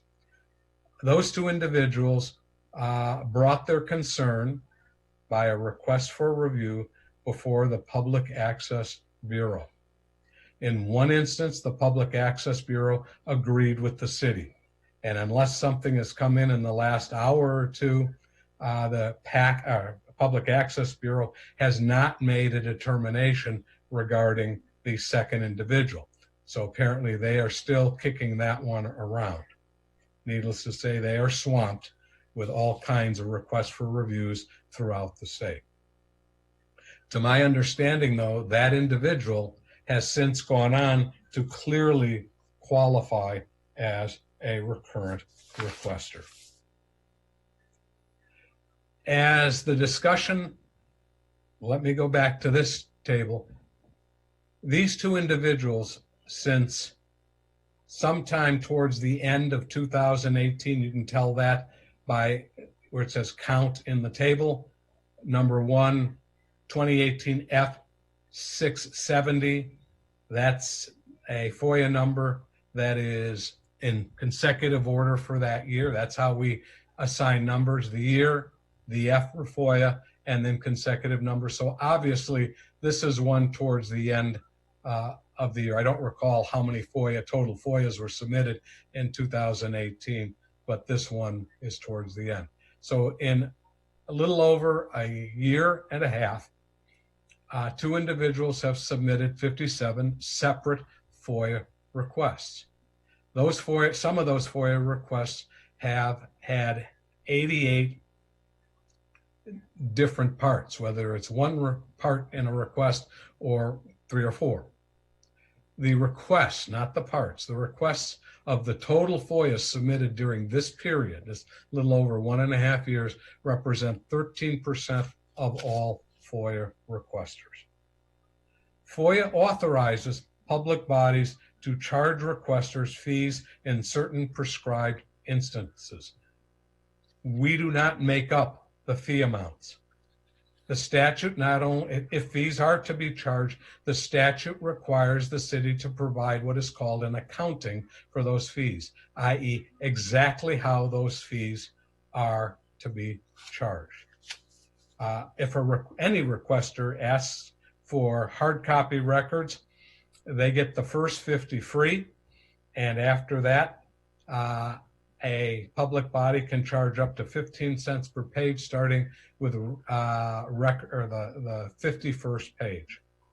For color or odd size copies, such as these large blueprints that require special machines to copy, a public body can charge its actual cost. So if, let's say, somebody requests blueprints, assuming blueprints are still called blueprints, and they have to be sent out because the city doesn't have that kind of equipment, the city can charge for the cost of the vendor to reproduce those large documents or odd-sized documents. Unfortunately, the statute does not provide a metric other than the actual cost incurred by the city, which does not include staff time. Two types of electronic records productions are provided for in FOIA. First is the non-PDF form. This relates to records that are in a format other than PDF, obviously. It could be video, it could be audio, it could be pictures in JPEG or some other format. A municipal or a unit of government can charge up to $20 for up to 20 megabytes, $40 for, 2 megabytes, $40 for 2 to 4 megabytes, and $100 for more than 4 megabytes. Electronic records in PDF form can be charged by a public body, $20 up to 80 megabytes, $40 for 80 to 160 megabytes, and $100 for more than 160 megabytes. The city is also authorized by statute to charge for the particular medium onto which the records are downloaded. We do, where it is feasible, we will email PDF records. So there's no medium charge for that. But often we have to use a thumb drive, and so we have to purchase the thumb drives, and we are allowed to recoup those out-of-pocket expenses. Or any other medium. It may be a CD or a DVD, or if it's a sufficiently large one, some kind of other large capacity media. Now, a requester can request either a waiver of fees or a reduction in fees. However, the requester must state or describe the specific reason for making such a request. It cannot be something such as, I would like to have the fee reduced or waived because this request is in the public interest. The requester may state how and why it is in the public interest. And something in the public interest means something regarding health, safety, welfare, or legal rights of the general public, not a particular individual or subset of individuals. And it must be specific. And the requester must indicate an intent to disseminate the records, not the requester's summary or commentary or op-ed interest in the records, but the records themselves as they are. Who will use the information? How will it be used? That is required, and the city has the right to determine, in the case of a reduction in fees, how much fees should be reduced. Finally, FOIA provides numerous bases for exempting information from production. I mentioned the 44 exemptions in Section 7 and the 50 in Section 7.5. This next slide lists a number of the typical exemptions that the city often invokes. There's one on here. Oh, no, it's on here, excuse me. Individual, personal, or private information. Home address, exempt. Personal cell phone number, driver's license number, social security number, credit cards, personal email addresses, health information, information about family members, personnel information, non-work related communications are deemed personal or private and are or can be exempt. And the city chooses to protect the right of privacy in those types of situations over the need of the requester to have that information. That doesn't mean anything about an individual can't be FOIA'd. As requesters know, they get lots of information about people in the city. Shared law enforcement information in certain situations in a shared database. And Urbana Police Department uses a number of shared databases, such as LEADS, which is a statewide database, the FBI database, which is a national database, and ARMS, which is in the midst of changes now, but that's a local, more local, Champaign County, maybe a little wider database. Pending investigations. That information is redacted because to release it could compromise the investigation and the individual's right to a fair trial. Law enforcement tactical information, i.e. how the police handle certain situations or gather information. Disclosing tactical approaches would hamper legitimate investigations. Body cam video pursuant to the Law Enforcement Officer Body Worn Camera Act, that information is exempt. Preliminary drafts of documents are exempt. The final documents are not. Bid submissions are exempt until the contract is awarded. If a vendor or somebody that deals with the city provides a trade secret or confidential information or proprietary information and it's labeled as such, that is exempt. The city does not challenge or go into, is it really trade secret or confidential, et cetera, because we don't have the basis for doing that. Minutes of closed meetings, they are exempt until the council decides to release them to the public. Employee grievances. Grievances arise in the context of union contracts. And employee disciplinary actions are exempt. Purchases and sale of real estate, purchased by the city, sale by the city, the information's exempt. Typically it shows up in the form of discussions and closed meetings, but it's exempt until the sale has been completed. Information gathered pursuant to the Cannabis Registration and Tax Act is exempt. Again, that's it, like the body cam statute. That's a statutory exemption that falls under 7.5. Library circulation records, those are exempt. Certain sales tax information the city receives from the state under confidential agreement is exempt. In closing, the city makes a good faith effort to conduct searches and provide records consistent with the FOIA statute.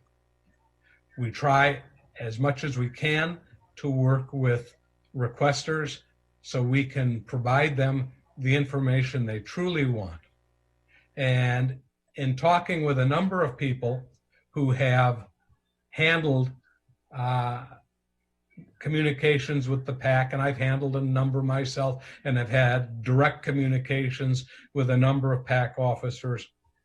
Urbana has a good reputation with the PAC. That's the Public Access Bureau. Used to be called the Public Access Counselor, and that's how the name PAC arose. But the city has a good reputation for trying to act fairly in how it handles and responds to FOIA requests. Yes, on rare occasion, a particular exemption or something like that may be overturned. Every municipality experiences that. But based on what I have, my research, over 90% of the FOIA requests submitted, and I've not read every one and every PAC response, but I've received that as anecdotal information from people who various people who, including myself, looking at the material I've received, have received from the Public Access Bureau, over 90% of the time, the city has been sustained in how it invokes exemptions and how it addresses FOIAs. Okay, thanks, Jim. Thank I you. think we're ready now to answer any questions that the council has. I have one question. Can I ask a question? I guess the one question, the statute that you were talking about, Jim, with the 2 megabytes and the 160 megabytes, you know, the yeah, the PDFs and the non-PDFs. I guess my question is basically, when did they write the statute? I don't have a date, but it goes back a number of decades. It's been amended a number of times as well. Our charging fees is not new. Mm-hmm. The clerk has advised me, city clerk has advised me that going back to at least 1993, we have been charging fees. Now, most of the fees charged relate to hard copies, the 51st and more pages of hard copies. Only recently have the requests, when I mean recently, in the last 3 or 4 years or so, maybe a little longer than that, have the requests generated large volumes, and not every request does, but some requests generate large volumes of electronic records, whether in non-PDF form or PDF form. Obviously, the computer age allows us to store more electronically. We do much more of that than we do in paper. And then, of course, the proliferation of email. And I forget who told me, but there are approximately, I think it was Sanford told me there are over 230 email accounts in the city. Okay, and so if a person requests that they get something through their email, video wise or PDF wise, is that attempted first? Yes, in fact, the statute requires us to, if possible, reasonably possible, to provide the records in the format requested. For example, if a requester asks to come and see the records, we have to make an accommodation to set up a place to view the records. I don't think that's happening right now with COVID, but we have to provide a place to review the records, and then somebody has to remain with the records to make sure they don't leave. And if the requester wants a copy of a couple of the records, we make the copies. And if it's under 50 pages, they're not charged anything. So yes, we will. And as I said, PDFs, I don't know how easy it is to send out full videos, picture or two maybe, but we try. We try to provide them in the format they request. Can't always be done. 1,200 pages of electronic records, not easily emailed. Okay, thank you. Anybody else have any questions? Okay, I guess that's it. Thank you, Carol and Jim. You have a couple folks, Sharice. Looking at the I'm sorry. gallery view, I she's can't looking at see everybody. Hold on. My bad. Mary Alice. Since we're talking about charges, I thought I would ask first, prior to charging an individual, is an estimate given to the individual? Absolutely. Not only is an estimate given to the individual, effort is made to make it as accurate an estimate as possible. And not only that, and it's a written estimate, it must provide the means for calculating the estimate, all the components that go into it. For example, if it's electronic records and they have to be downloaded onto, let's say, a DVD, and I don't know how many cents we charge for a DVD or a CD, because we have to buy them, city has to buy them, it will be broken down by megabyte, number of megabytes, into the 3 categories, and as well as the amount for the medium. I noticed that Kurt Borman temporarily lit up his light, so Yeah. maybe he wants to provide more information on that. I was just going to say, Jim is absolutely correct. We have to be very specific in terms of the type of format it's in, whether it's in PDF or non-PDF, and the size and the type of media we're using to put the record on. Has the city considered looking into something like Dropbox or Box or some other kind of service in which electronic files can be put in to lower the cost to individuals? I'm not aware of that. Would be an IT question. I'm not aware of that, but we certainly can ask IT about that and maybe kick it around. Okay, I think that might help alleviate some of the burden. And then in terms of publishing the FOIA requests, is there a way, I don't know if there's any law in terms of whether or not FOIA requests can be just published to a website or something in terms of what the answers are? The FOIA statute does not prohibit governments, local governments, units of governments from providing information about FOIA requests. University of Illinois does it, and a number of other municipalities I've encountered over time do it, and the information varies. It could be something as simple as a FOIA request number, the name of the requester, and when the FOIA request came in. Others, it's much more elaborate, depending on the time and the money the government has to spend. It can be the request number, the name of the requester, the date the FOIA request came in, the date the FOIA request went out.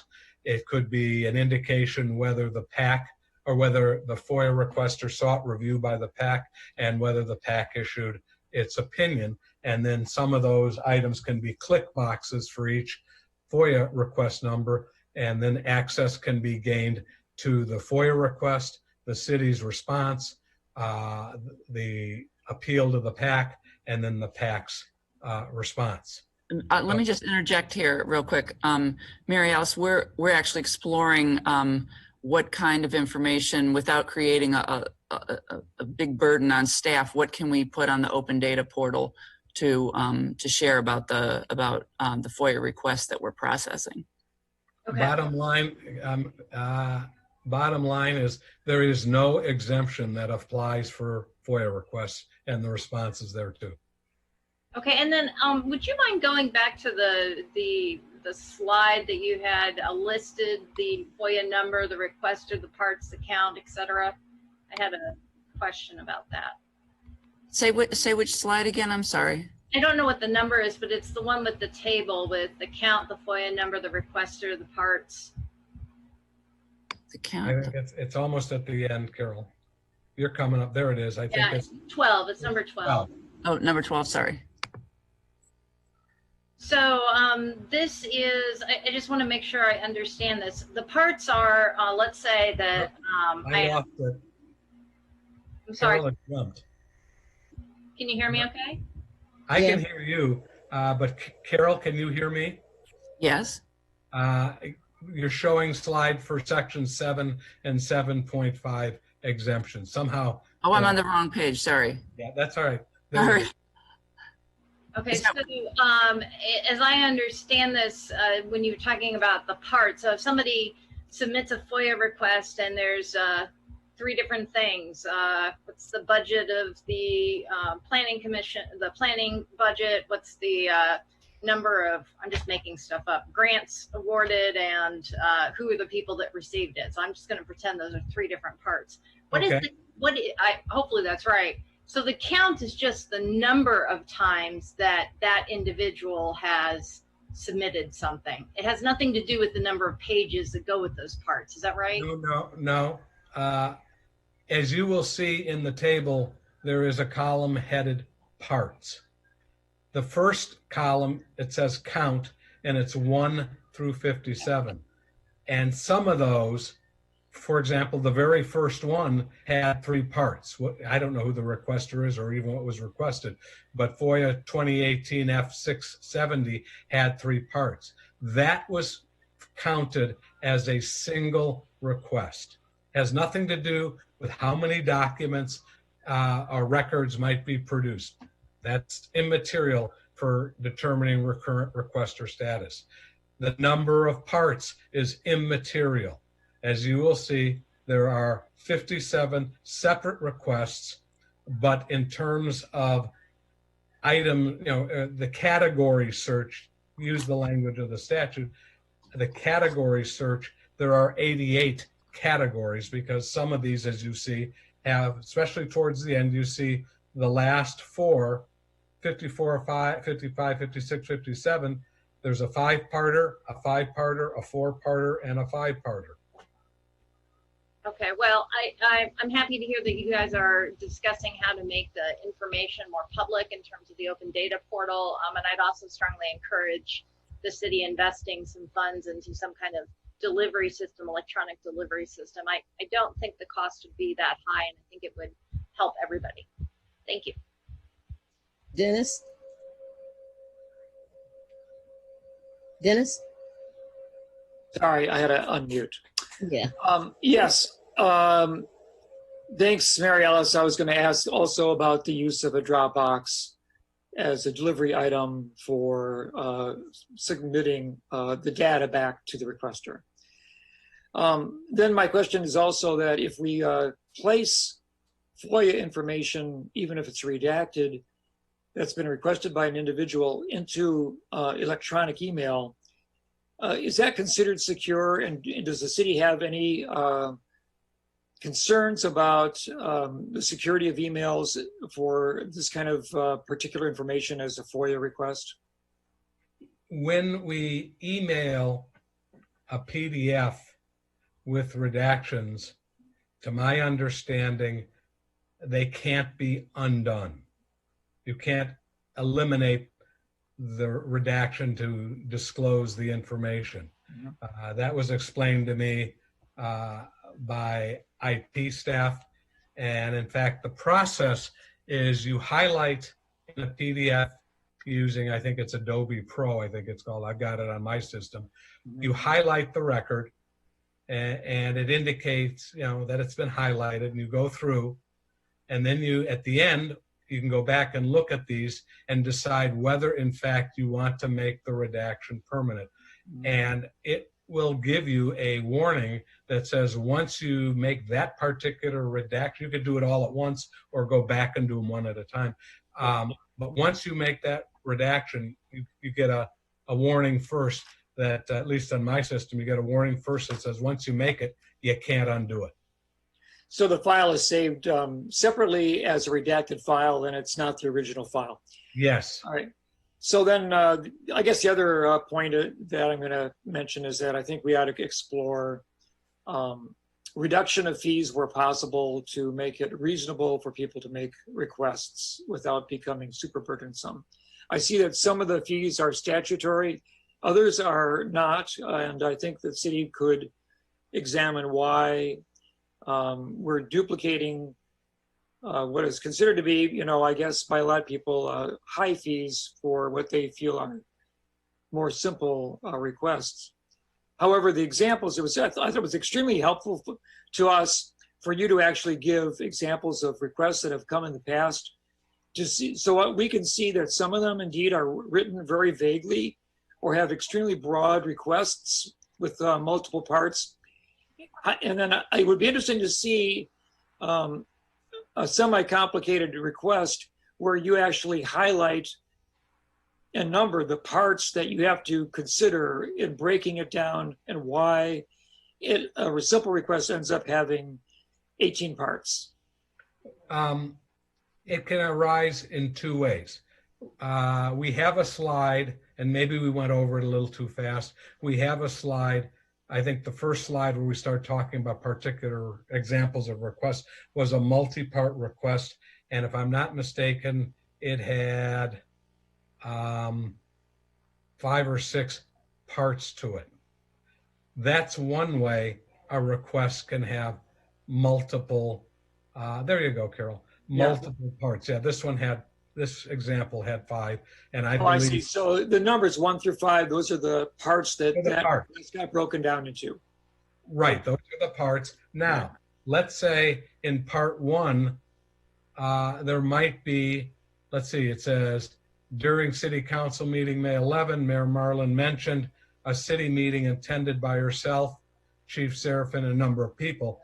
Well, to the extent we have access to some of those or most of those, well, I'll say some of them, email addresses, because that's typically the records we find, we'd have to do a search of the mayor's email, Chief Seraphin's email, Right. and Vasilia's email, Joel's email.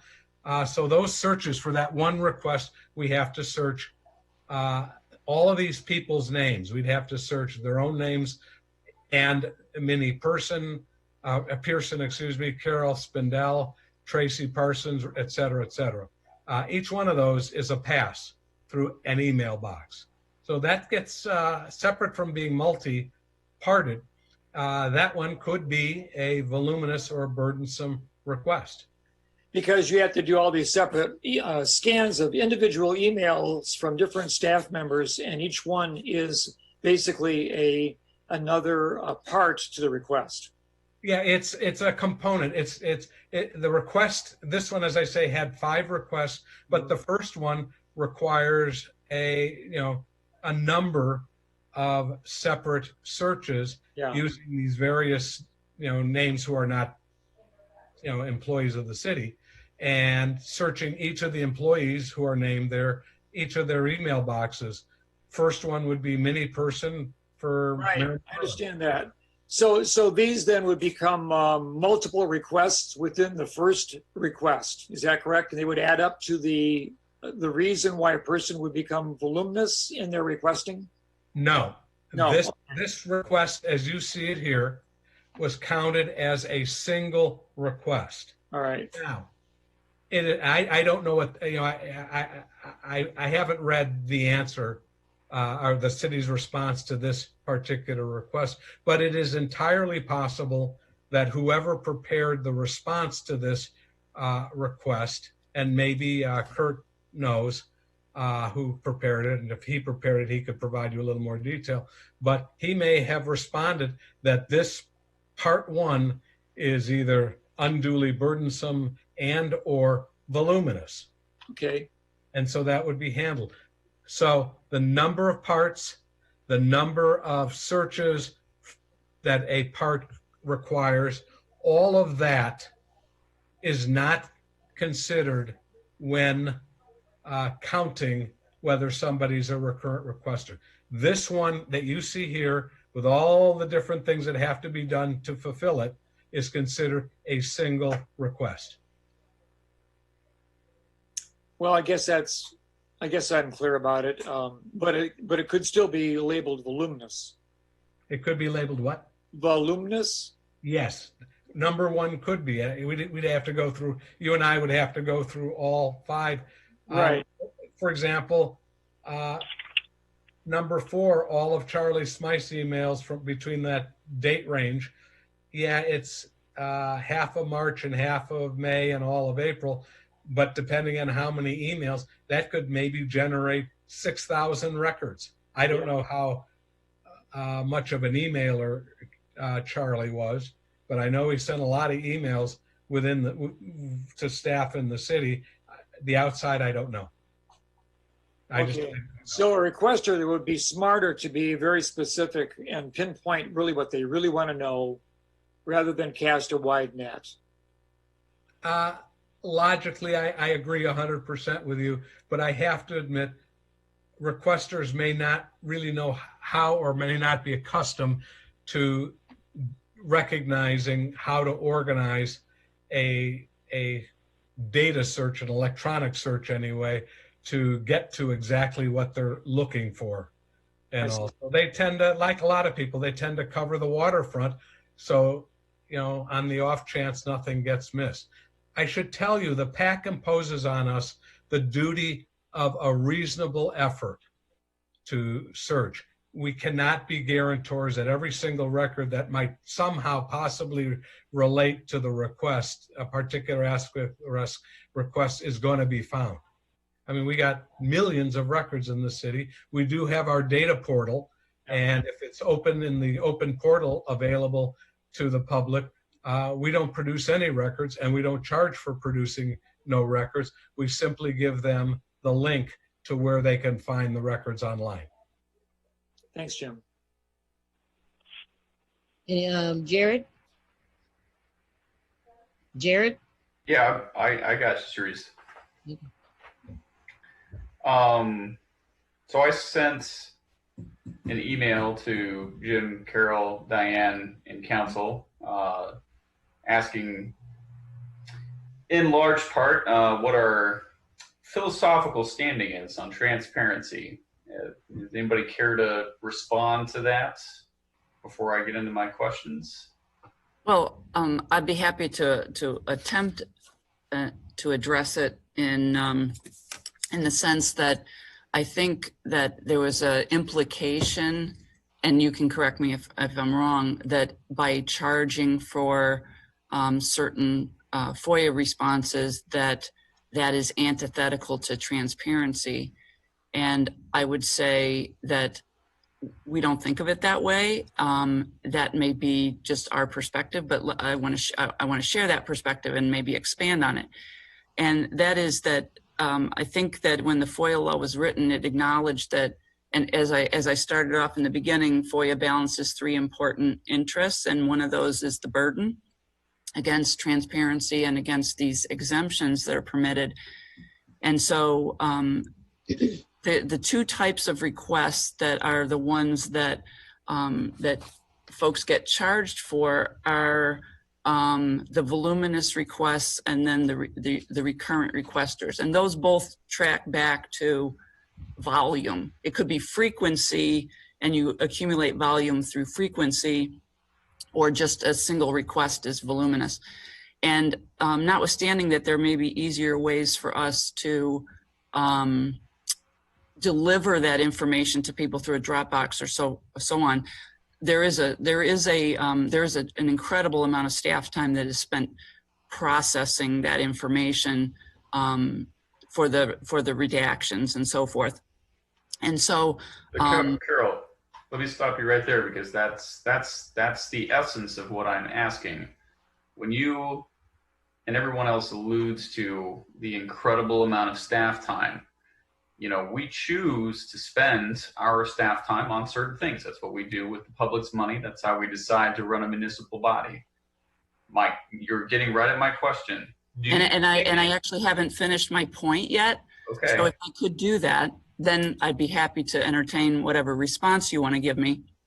But the point is that we value many things in this community, and transparency can be one, and we can still charge for it. So I'll give you some examples.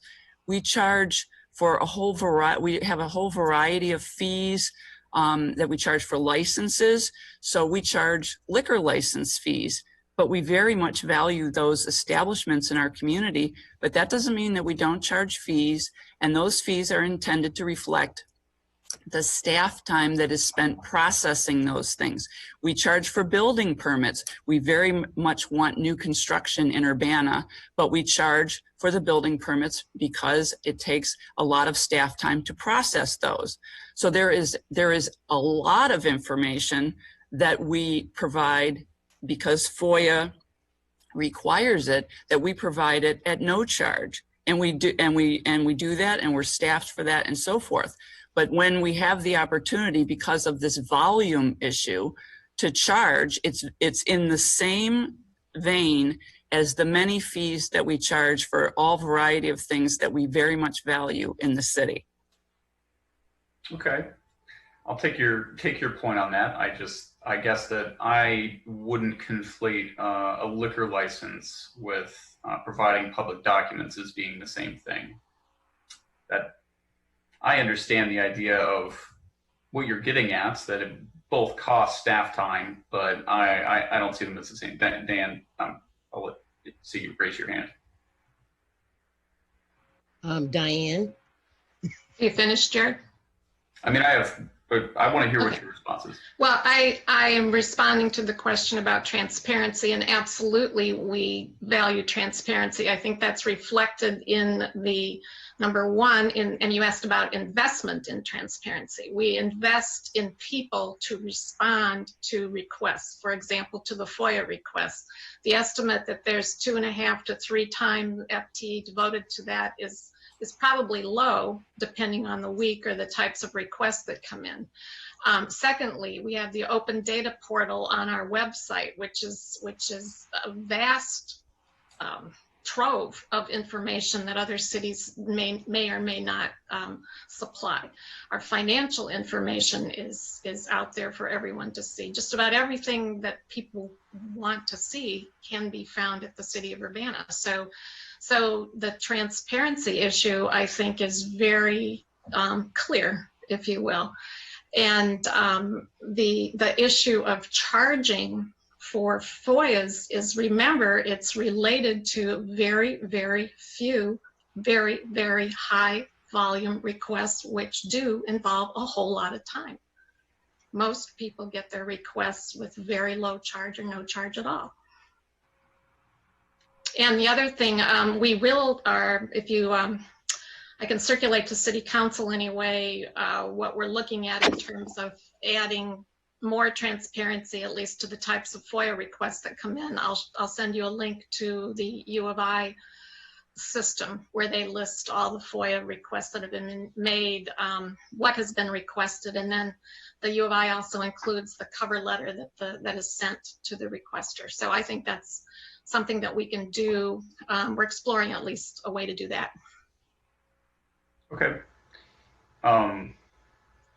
Jim, I got a couple of questions that'll get into some of the meat of this.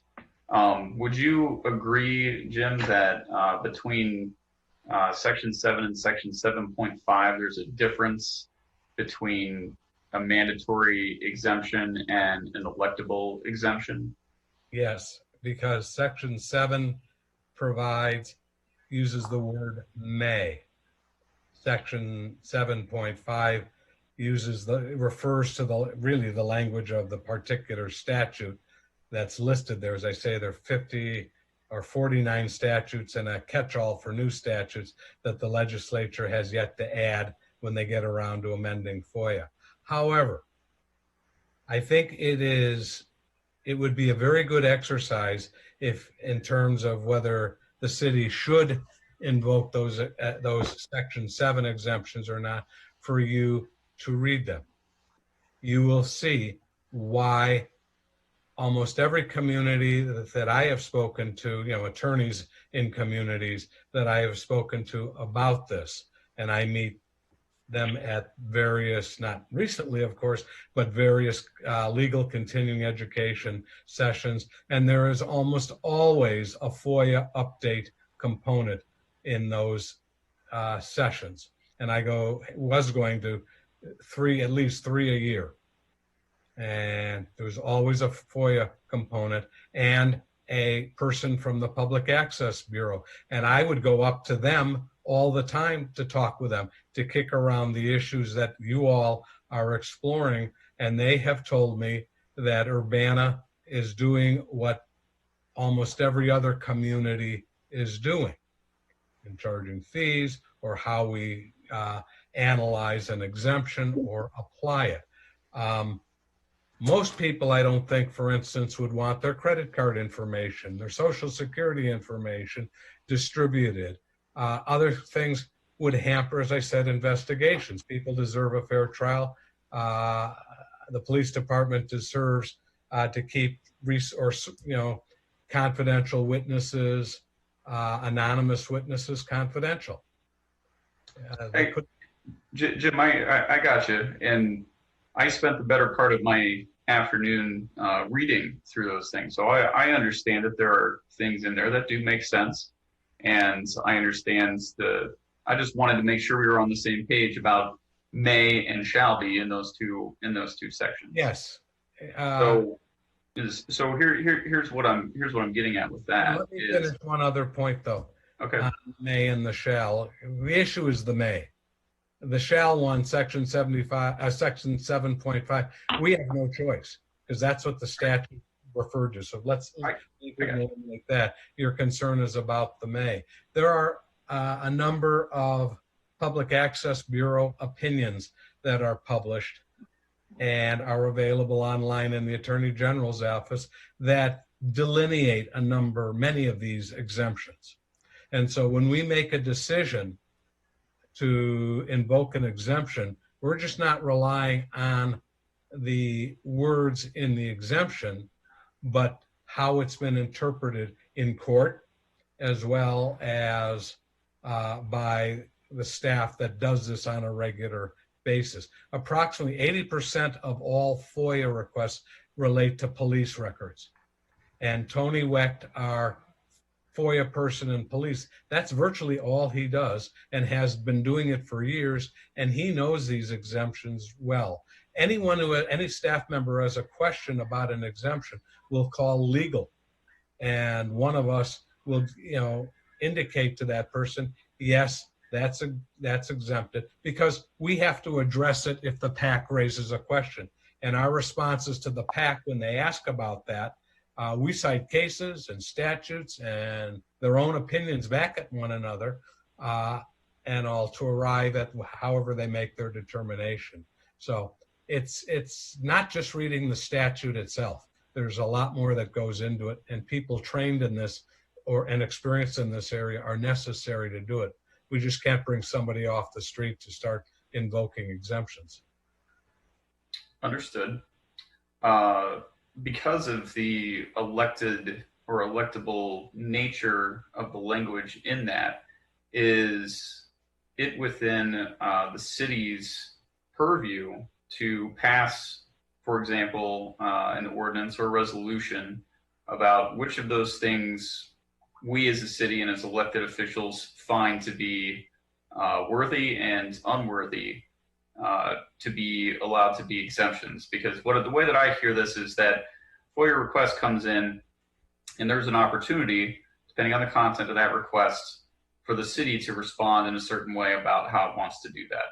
Now, I know that city council is not necessarily in the business of deciding every little thing that every city staff person does, and that's not our role in how things go down. But in certain things it is, and in certain ways we do have a lot of say in a small detail of something to that effect. So I'm curious, because this is the way it sounds like to me, is that comes in, it gets decided out by city staff almost purely, if it applies, what happens with it, and it doesn't ever in the course of its life get to become a part of the public body in any real sense. And so back to my question, would it be within the city's purview to pass a resolution ordinance directing city staff on which of those things we find to be worthwhile exemptions and which things we think we should bypass and allow that information to escape? I'm going to ask Kurt to chime in on that, but before I do, and I will give a caution here, assuming that the council can do that, because I'll be honest, I've not researched whether there's a home rule preemption provision in FOIA, but I can assure you, if there was, every community would preempt themselves out of FOIA, home rule preemption. But on more of a legal policy basis, when somebody, whether it's the council or somebody else, tries to micromanage, let's say in response to the public's desire to know sources and methods of how the police conduct, investigations to prevent crime or find suspects, everyone would want to know that. But my guess is, and I've never been a police officer, and so it's hard for me to fully understand the hypothetical, but if I were, my guess would be a police officer wouldn't want those means and methods to be disclosed to the general public because they wouldn't be able to do their job. And there are all kinds of these things. Another example, let's say you wanted that personal addresses so the community could communicate or picket in front of my house, let's say. So they FOIA, give me Jim Simon's home address. That's personal and private information. I guarantee you, if that happened, I would be in court in about 8 minutes to prevent that. And if I was too late to prevent it, I'd be seeking hefty damages. Do we want to open ourselves on an item by item basis for that? I just toss that out. Kurt may chime in on the more technical aspects of can we override an exemption. We don't apply them haphazardly. I can tell you that. A lot of them are very simple. Let's be honest. Your credit card information you don't want on the street, and somebody else having that information. There's really no public interest in your credit card, so it's withheld. Other information, such as if you're, as a council member, you get a stipend or a per diem, that's available to the public. Why? Public funds are used to pay my salary, your per diem, those kinds of things. So we make, even though it's personal to you, we don't withhold it. So very careful review of these things is undertaken on a case-by-case basis. Kurt, did you have thoughts on the feasibility of our ability to say what we can and cannot, or what we would not as a city? Well, even as a home rule community, we have to abide by the FOIA law. The General Assembly has created this as a statewide system for all public bodies. So we have very limited ability to contradict anything that's in FOIA. We can I'm not talking about contradictions. Just talking about Section 7 in that we may elect to invoke exemptions, and what our ability is to write something that says, okay, well, the city says that these, exemptions 1, 3, 17, and 35 are ones that we are not going to support writing exemptions for. We will release that information whenever FOIA requester requests it. Can we do that? Well, I would say that we can do that, but I would also point out two things. First of all, there's a reason why information is exempt. For example, there's a deliberative process exemption in FOIA that says that when staff members are going back and forth and discussing a policy or something like that, that these internal discussions among staff may be withheld. And there's a rationale to every exemption that's in the FOIA law. And so I'm just saying, yes, you. All right. The second thing I would point out is that staff members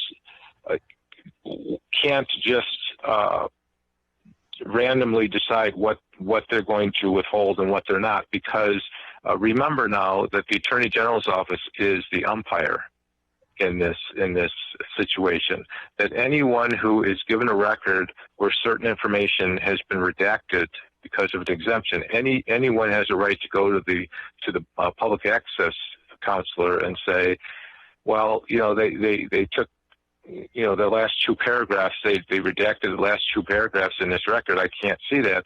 And the public access counselor requires the city to justify every single exemption. And if the public access counselor disagrees with any exemption, then they rule that the city should not have redacted the information, and we have to disclose that. So whatever you decide, I just want you to remember there is an independent body that is looking at the decisions that the various people who are redacting records make. Sure, and I appreciate that. I need to do some more research into the public access counselor office and what they're all about, because it certainly sounds like they are in the philosophical arena of err on the side of caution whenever possible. Don't release if you don't have to. And I feel like that's kind of the position the city has taken. And that's why I'm asking these questions, because it doesn't sound to me like we go through a process of really trying to do the absolute most to release what we can. You know, it sounds more like I get a request and I start immediately looking for reasons why I shouldn't have to fill that request. Whether it's voluminous, whether it's unduly burdensome, whether it meets an exemption, any of those things, all I've heard this entire time from our city staff is, hey, here are all the reasons why we're justified in telling people that we don't need to give them the information that they want. And I haven't heard very much about us saying, well, here's all the ways in which we care about trying to get that information to them. And here's all the ways in which we're going to go out of our way to do that. We're going to do whatever is the minimum amount necessary. And whenever possible, we're going to refuse to give people the information they want, because I don't know. I guess it's just annoying that people want to know things. And I don't get it. So, you know, my questions outside of those, and that's what was in my email, is that it sounds like it's to me, this is just an attitude problem on behalf of the city, not wanting to do that. I appreciate response. I'll stop. Jared, can I respond to that? I have done, on and off. I'm not a lead FOIA person. I'm asked questions about exemptions periodically. And I can tell you, with the people in the city who I have worked with on FOIA, by far the predominant view is to provide records unless there is a reason not to, i.e. reason being harm done, not, gee, this is a pain in the butt to do and all. Some requests, the people who are generating in the last 2 years, 3 years, who are generating the voluminous requests, the unduly burdensome requests, are basically the same people. And this is and this is not just in Urbana, many municipalities have the same kinds of requests and issues being requested. And the complexity has grown and the volume of information has grown. But as we said, in roughly, if we're getting 700 requests a year in the last 2 years, that's 1,400 requests, correct? In which case, a few people have been providing very complex requests. The vast number of requests are probably fairly routine. We don't go out, in my experience with city staff, we do not go out of our way to try to figure out a way of not producing records. If they fall within an exemption, there are times we do produce it if there's no harm that's going to be created. There are times we weigh this looking at the law, PAC opinions, and the statute, and we apply it. And I will tell you, the Public Access Bureau has a reputation for doing what they can to protect the requester. And we have a remarkable positivity rate, i.e. sustaining our determinations on redactions, talk about transparency, and that's what you're focusing on. We have very, very few where a response is overturned wholesale. There may be 50, 100 redactions in records in a response, and the PAC may focus on 1 or 2 and say, no, you overinterpreted the exemption on these 2. Please produce the record with the information unredacted. Okay. Another way to think about it. 700 requests. How many do we fill? I don't have the exact number, but my guess is when you say fill, respond to the document, you mean with No, document? I mean like they actually got what they asked for. I would have to, Kurt probably knows more than I do because I don't handle that many of them, but Kurt's new to this. I would say my guess is probably 90%. Can we get those figures? What we can get is if we're authorized to search, we can go back 2 years and look at the requests and look at the responses. We don't have to provide you with the records. I think that the raw data might be what we can show in the responses that we want to publish and make public. But as Jim was pointing out earlier, some, an individual FOIA request can have multiple parts, and the multiple parts can have different answers. So I think it gets a little bit difficult to just go, 700. It's 700 times the number of component parts, and then each of those has its own response. So we can start by publishing the information, and then the calculus part will have to come as time allows. Well, it could be something, Carol, as simple as not fulfilled, partly fulfilled, fully fulfilled. Doesn't necessarily need to be the exact specific number of each component of each request. That would be great.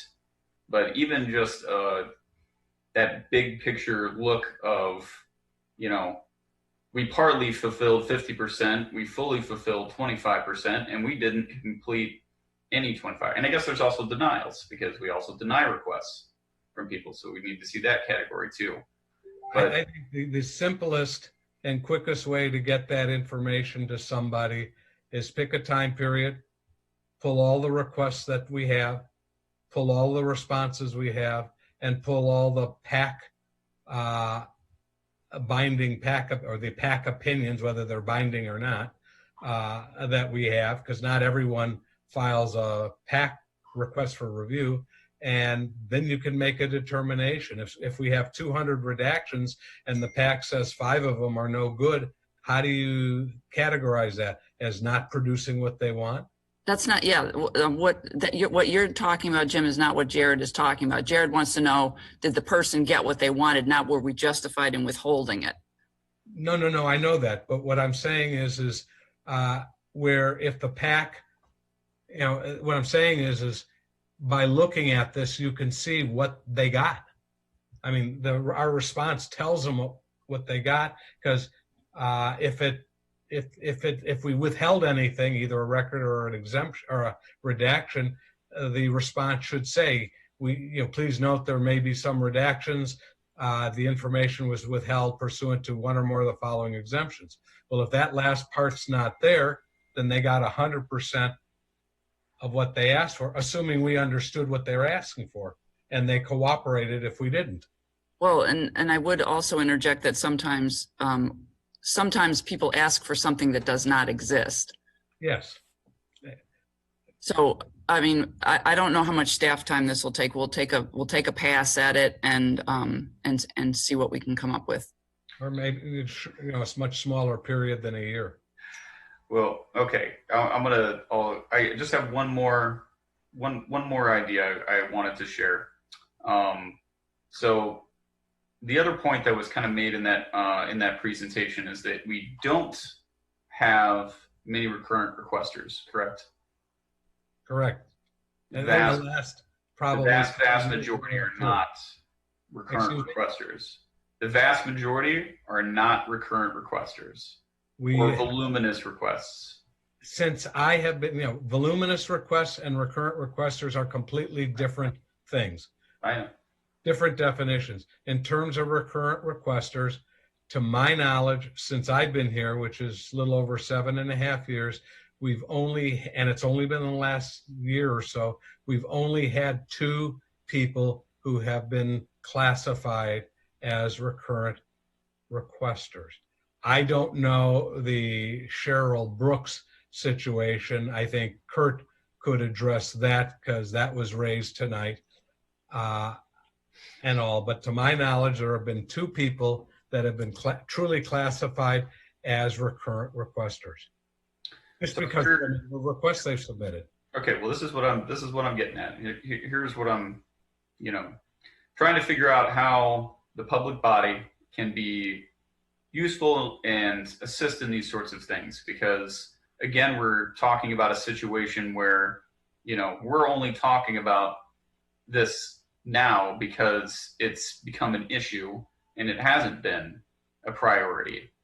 Otherwise, we would have learned a whole lot more about FOIA. I don't know that I was taught much about anything about FOIA since I've been on council, and I've been educated about a lot of things, and I've only had to learn about this stuff because of this issue. So that one speaks to, when you say transparency is a priority, I don't see a lot of information on the city's website explaining the stuff that we're talking about. Same way as I don't see UPD policies about body cameras on the city's website, trying to explain to our citizens what our process is, what's going on.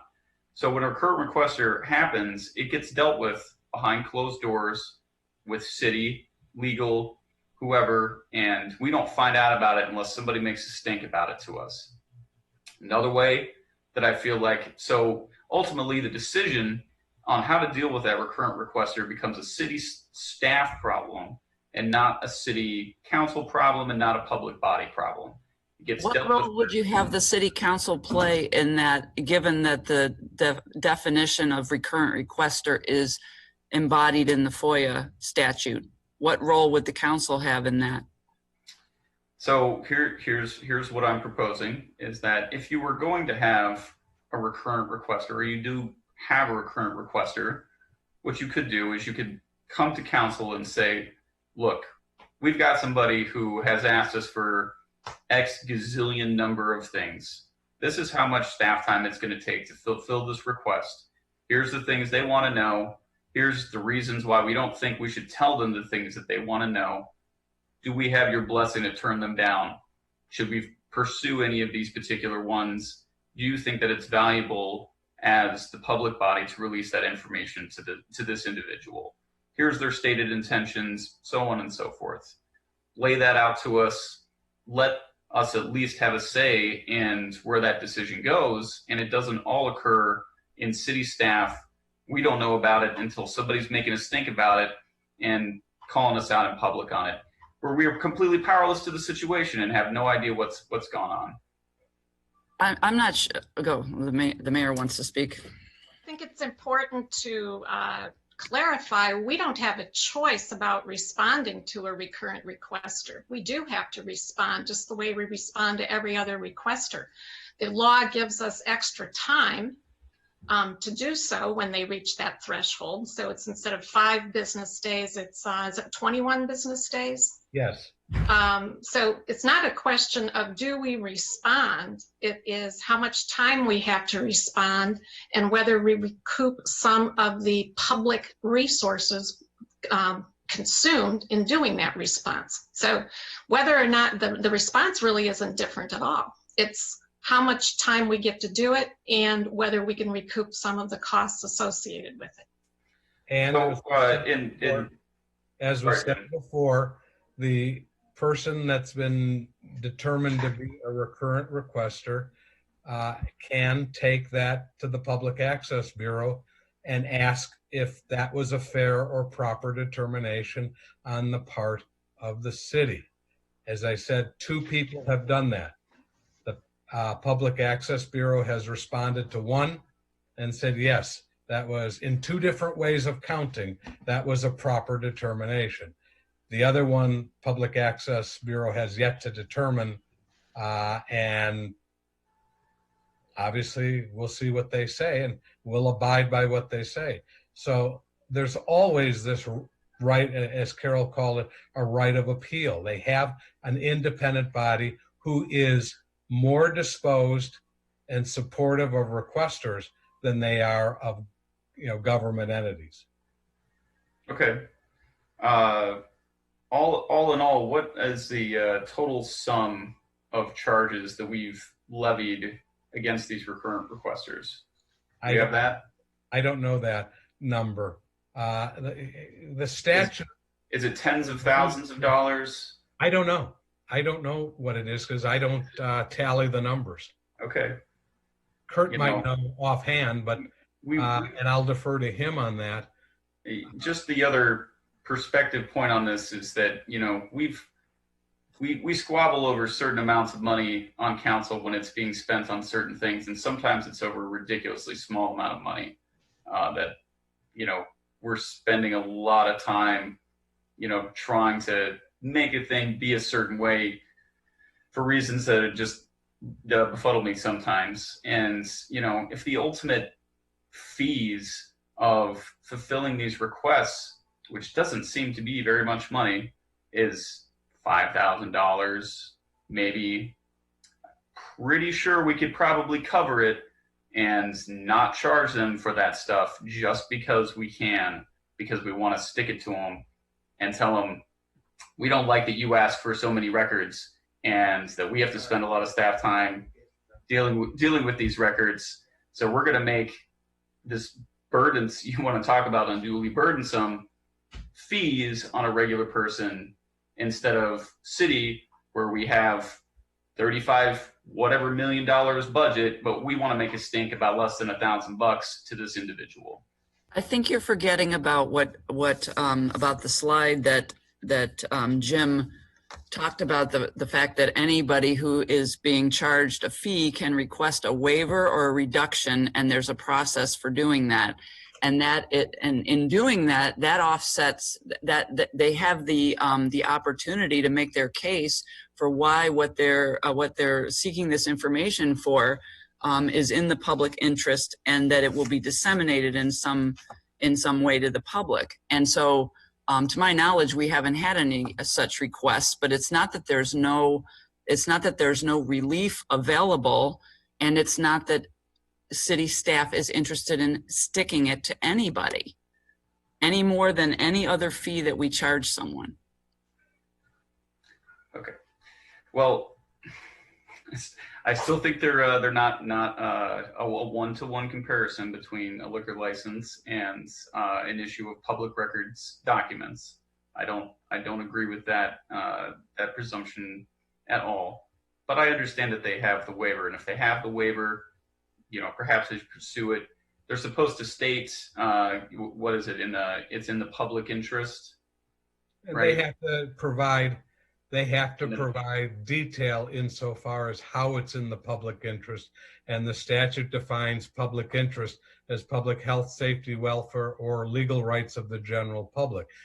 Saying just that doesn't get you under the statute a waiver or a reduction in fees. The requester would have to be specific and all, and then the information has to be disseminated. The intent is to disseminate the information.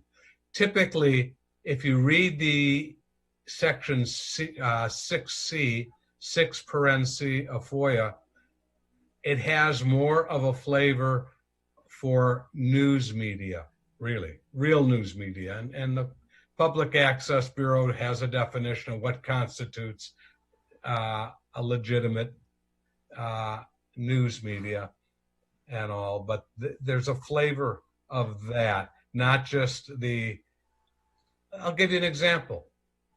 A request for somebody's personnel records. Should that be made public? And if it's voluminous, well, it would be exempted. And we've had a request like that. Or somebody's entire emails for a fairly decent date range. I mean, what is the public interest in somebody's, unless it's fraud or embezzlement or something like that, what's the interest in somebody's public disciplinary record or just their general, give me all the emails that so-and-so sent out between these dates? Who determines what's in the public interest? When you get it back, do you decide what it is, Jim? We haven't had anything come to us, so we haven't even set up any process for determining that. Well, okay. Well, I guess we probably should. And this is also another point of who determines what's in the public's interest. Shouldn't the public body decide what's in the public's interest? not private individuals working for the city? You know what? If we're going to have this kind of a debate, let me say something. Everybody is not as moral as you, maybe, Jared. So when you talk about somebody's information, whether or not it's in the public interest and so on and so forth, and you don't know what that may be used for. And in this day and age, nowadays, there are people that just make up stuff about folks and use public information to back up things that they just make up about people. And so when Jim is talking about harm, I don't think he's just talking about harm in terms of bodily harm. People's character can be harmed. People's relatives, their families can be harmed behind somebody using information that in a negative way. So yeah, public interest, maybe, we can say who determines what's that going to be, but not everyone is looking for the most people look for dirt. They're not looking to give you a pat on the back. So I think that's something when we talk about harm as well, is something that you have to think about, how if it's going to have a negative effect on not just the person who you might be trying to get dirt on, but is it going to affect their families? Is this something that could possibly have a negative effect on their health, on their body? Folks, everyone has a saturation point for bullshit. So I think that's something that we need to think about. I don't disagree, Sharice, but who what I'm talking about is who gets to make that determination. Well, unfortunately, the person who's being investigated or FOIA'd is not one of those people. So I think that people have to use basic common sense, which doesn't seem to exist nowadays, regarding who is going to make that determination. That's on a general scale, and I'm not trying to paint everybody with the same brush, but I get your point, but I also want, you should be mindful of how incredibly cruel people seem to be nowadays. I'm fully aware. I've been the subject of that cruelty as of recently because of the positions I've taken on the police. Okay. And I have my personal information right there on the city website. Anybody can call my phone number. Anybody can email me. That's my cell phone number. And I accept that responsibility because I know that I'm in a public position and that I'm being recorded and that I'm on TV right now somewhere where people can watch me. Okay. And so am I. But what I'm saying is that I also, I'm not trying to make this a personal thing. I'm trying to see the big picture. And the big picture is that there are other people who may not, want that information, that certain information out. And that's great for you. If that's what you choose, that's great. Well, it should be on a philosophical basis. Who determines what is in the public interest is not something that should be determined by private individuals. And whether city staff like it or not, they're private individuals. They are not elected representatives. They're not part of a democratic body. But it goes both ways, right? I don't understand. What do you mean it goes both ways? What I'm saying is that I don't think anybody wants all of their information laid out for everybody to always see. I don't think anybody wants that, whether you're an elected official or you're just John Q. Public. Okay. Well, then that's why I'm saying we have a democratic body. We have an elected body. Mm-hmm. We pass votes. We have majorities. We have minorities. We have discussions. This is something that when there is a question of something and whether or not releasing that information is in the interest of the public, that should come through an elected public body and not be decided by individuals. So everyone in the city should have to take a vote as to whether or not somebody's information can be put out or something? We'll hear Or from some you're others. saying that we should make that determination, or I'm just trying to understand. Yes, I'm saying city council should. That's what I'm saying, Sharice. But that's not what the statute says. I'm sorry, Mary Alice. I'm wondering. So I think Jared's concern is that people who are unelected are making a determination in terms of whether or not a person's appeal to a decision would be made by somebody who doesn't represent them. So my question is can a person who raises that appeal, if they get denied, what is their recourse? Do they have the ability to appeal that decision? Yeah. They can seek a review of that determination before the PAC, and the PAC tends to be more pro-requester than government. So the two things I'm hearing you talk about in terms of the appeal process and PAC's determination are, A, whether or not something was granted if a FOIA request was submitted and the city made the determination that it was undue burdensome, or they redacted certain items from it, then they could appeal that to PAC.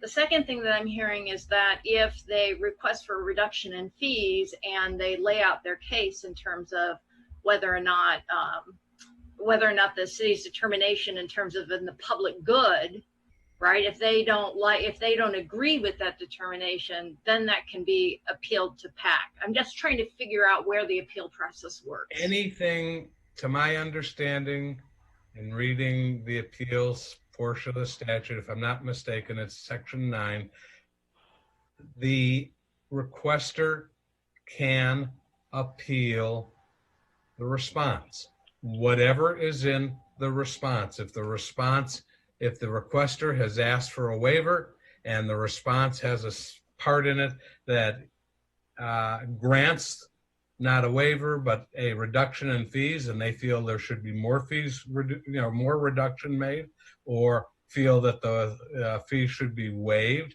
and they feel they have sustained their burden under the statute of demonstrating that something is in the public interest, they have, whatever's in that response, they have a right to take it, ask for a review by the PAC, yes. And they have far more expertise than the city council and, at this point, staff, because we've not been confronted with a request yet. I'm sure we will within the next day or two.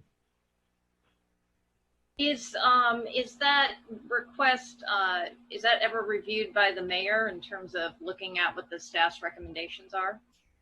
No, as far as I know, no. I've never shared a draft response. I don't know if the mayor wants to be buried with 700 responses. Let me rephrase, I'm sorry. So if somebody wants to appeal the cost, the amount, and they fill out a request that their request is in the public good, would that be the determination after legal reviews the request? Would that be something that the mayor would then look at? I will tell you, I don't have an answer because we have never been requested. That's not been that request has not been made. But I will tell you what my gut reaction would be. I have to see a request. Is I would probably talk with Carol and with the mayor about it, because they are more attuned. The mayor being an elected official and Carol dealing with you all far more frequently than I do, they would be more attuned to providing guidance on that than me or some staff person further down the chain. I think Kurt may have lit his light again, so he may have some thoughts on it, but we've not been confronted with it yet that I know. Kurt, you got something to say? No, I was just going to agree with Jim that that really hasn't been an issue. The whole idea of fees, we've been charging fees for decades, but generally that's for example, commercial requesters, that sort of thing. The idea of the voluminous and the recurrent requesters, that's relatively new experience for the city. Okay, Dennis? Yes, earlier, Jared was bringing up the question about, are there exemptions under the Section 7, I guess it's Section 7, which under the word may impose. And I would suggest that Jared, if you have specific concerns about the list and you would like to bring forward 3 or 4 of the exemptions which we currently are enforcing for reconsideration to the city council for discussion, I think you ought to do that. Yeah. I mean, we may agree or not, or maybe we'll get advice about them from the legal staff or not. But, you know, your question originally was about, is there a way that the city can create greater transparency by basically redacting less? And if it may be a case-by-case basis, but there might be a subcategory that is perhaps not totally necessary. And if you have those kinds of questions, why don't you bring it forward to us for the conversation? Then we can actually talk about a very specific thing. We've talked really quite a long time now about theoretical issues. Yeah. If you want to bring something kind of more specific, and we can maybe say yes or no on certain requirements that the city currently enforces to create greater transparency, well, you know, let's do that in the future. FOIA discussion part 2. Can happen. Bill Colebrook, you seem to have some question. Not anymore, thank you. Okay. Poor dude. Sharice? Yes. I just want to say one last thing, that this is exactly the type of debate and conversations that we should be having about these type of issues. I thank everyone for engaging with this. I don't think we made much headway on figuring out how to deal with this issue tonight, but thank you everyone for doing so. And council members, I would greatly appreciate, not obviously right now, but you know, when you have a moment, your thoughts on that critical question of private individuals deciding what is in the public's interest versus elected folks in positions such as ourselves. Thanks, Sharice. Okay, yeah. It's 9:47 right now. Are there any staff reports? Is it okay for me to move forward? Has everybody pretty much gotten their answers, their questions answered, and so on and so forth from Jim and Carol? That's a yes. I'm taking your silence as consent. Yes. Okay. Okay, so moving on for staff reports, that's Lori. Just really quickly, a couple things to celebrate, some staffing changes in community development that I wanted to be sure to recognize. As of last Monday, Kevin Garcia, who's been with the city for about 6 years now, has been promoted to a new role. It's called Principal Planner. And in that role, he will oversee the planning division and also supervise the planners. So it basically replaces the planning manager position that I used to hold. So I wanted to give a little golf clap for Kevin. And similarly with Brandon, thank you for the snap, Sharice. With Brandon Boyce's departure, Steph McMahon will be in an interim fashion overseeing the economic development division and supervising that staff. So also some snaps for Steph, and they're both here tonight. And at least Steph will be presenting the next item, the resolution. Thank you. Okie dokie. Okay, that's all for staff reports then. So we're moving on to the resolutions and ordinances. As soon as I find my agenda. Crap.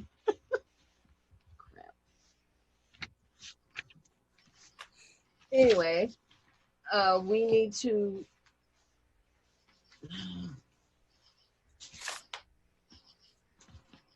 Okay. We're doing resolutions before the ordinances, thanks to the change in the addition to the agenda. So, I move that resolution number 2020-07-033R, a resolution authorizing acceptance of a grant from Market at the Square, Link Up Illinois Grant, SNAP Double Value Program 2020. Can I get a motion on that? Or I guess I move forward. Do we have, You want a are we presentation? gonna have a presentation by staff on it? Oh, yes. Okay. I didn't know that. I'm sorry, Steph. That's okay. It won't be long. I'm just bringing to you this $4,000 grant. It's a link up grant for us to double the SNAP benefits that our patrons at Market in the Square receive. And this is a grant we have received over the last 9 years, off and on. And so it really helps with those benefits and the market. So staff is recommending that you approve this resolution tonight. Okay. Can I get a motion on the resolution? Therese, can I ask some questions? Oh, yes. I thought we'd move it and then discuss, but go ahead. Yeah. Oh, I just wanted to ask a couple of questions to staff. So with the changes in the farmers market, I'm wondering if you have any update in terms of where that fund for the SNAP double benefits stands, how we're doing in terms of people using that, and how much money we have left if we agree to accept the $4,000. I don't have that information in front of me. I can definitely get it for you and respond to you. We also received a grant from the Illinois Farm Credit, which I'll be bringing that to you also. So would it be okay to bring you that information when I bring that grant? Yes, yeah, that would be totally fine. I'm just wondering, I know usually we have money that rolls over, and I would like for us to be able to publicize these funds broader if possible. I know that right now, I think that there's a table at the farmers market where people can walk up and find out, but it would be great if we had some other ways that we could publicize it to the public, especially with food insecurity and COVID right now. We'll see if we can get you that number before council meeting next week. Thank you. If we can. Yep, yes. Great. So I'm happy to move if Sharice, if go ahead. Let me get the number here. I move that we send with a recommendation for approval resolution number 2020-07-033R, resolution authorizing acceptance of a grant for Market at the Square Link Up Illinois Grant SNAP Double Voucher Program for 2020. I'll second that. Okay, it's been moved by Mary Alice and seconded by Dennis. Any discussion regarding this? Okay, let's take a vote of voice, not a voice vote, but a ayes and nays. Yeah. Okay. Ms. Wu? Yes. Ms. Hersey? Yes. Mr. Roberts? Yes. Mr. Colebrook? Yes. Mr. Miller? Yes. Thank you. Okay, next I'd like to recognize ordinance number 2020-07-038, an ordinance approving an amendment to the 2005 Comprehensive Plan, Urbana Pedestrian Master Plan, Plan Case 240-01 CP20. Is there anybody here to discuss that? Lily? Nope. Actually, Gabe Lewis from Champaign County Regional Planning Commission, he's got a presentation on the pedestrian plan for you tonight. Okay, thank you, Gabe. Thank you, Council and Mayor. Good evening. I'm going to share my screen. All right, hopefully everyone can see Urbana Pedestrian Master Plan presentation. Mm-hmm. All right, so The document consists of 7 chapters as well as 7 appendices, and I'm going to go through what we have. In the introduction, we talk about the local framework, defining walkability and accessibility, and how this study relates to council goals, not only when this project started, but also the current council goals. And then the map on the right shows the study area that includes everything within Urbana city limits, as well as the immediate surrounding areas. And the greater Urbana area was broken into 8 sections, 8 neighborhoods. The main goals and objectives of this plan are accessibility and connectivity, equity, safety, and vibrancy. So we want to improve walking and the pedestrian environment in these ways in Urbana. We have a lot of information in the plan on existing conditions that's broken up into what we call demand. Within that, there's information on demographics, the density, population density, age groups, race and ethnicity, the population with disabilities, and low-income populations. And also information on destinations such as density, housing density, walking to transit, counts and crashes. And then on the supply side, we have information on existing infrastructure and who owns it, the walking environment, like the physical condition and conditions that deter walking, and analyses like safe walking routes to school and the pedestrian level of traffic stress, which is something that evaluates each block on a 1 to 4 scale of if it's comfortable or not.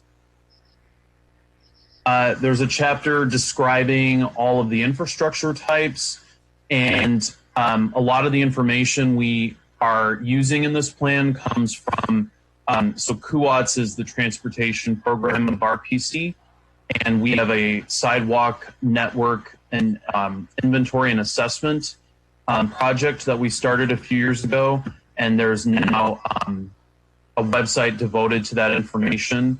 And we update that annually with information that we get from the cities about new facilities.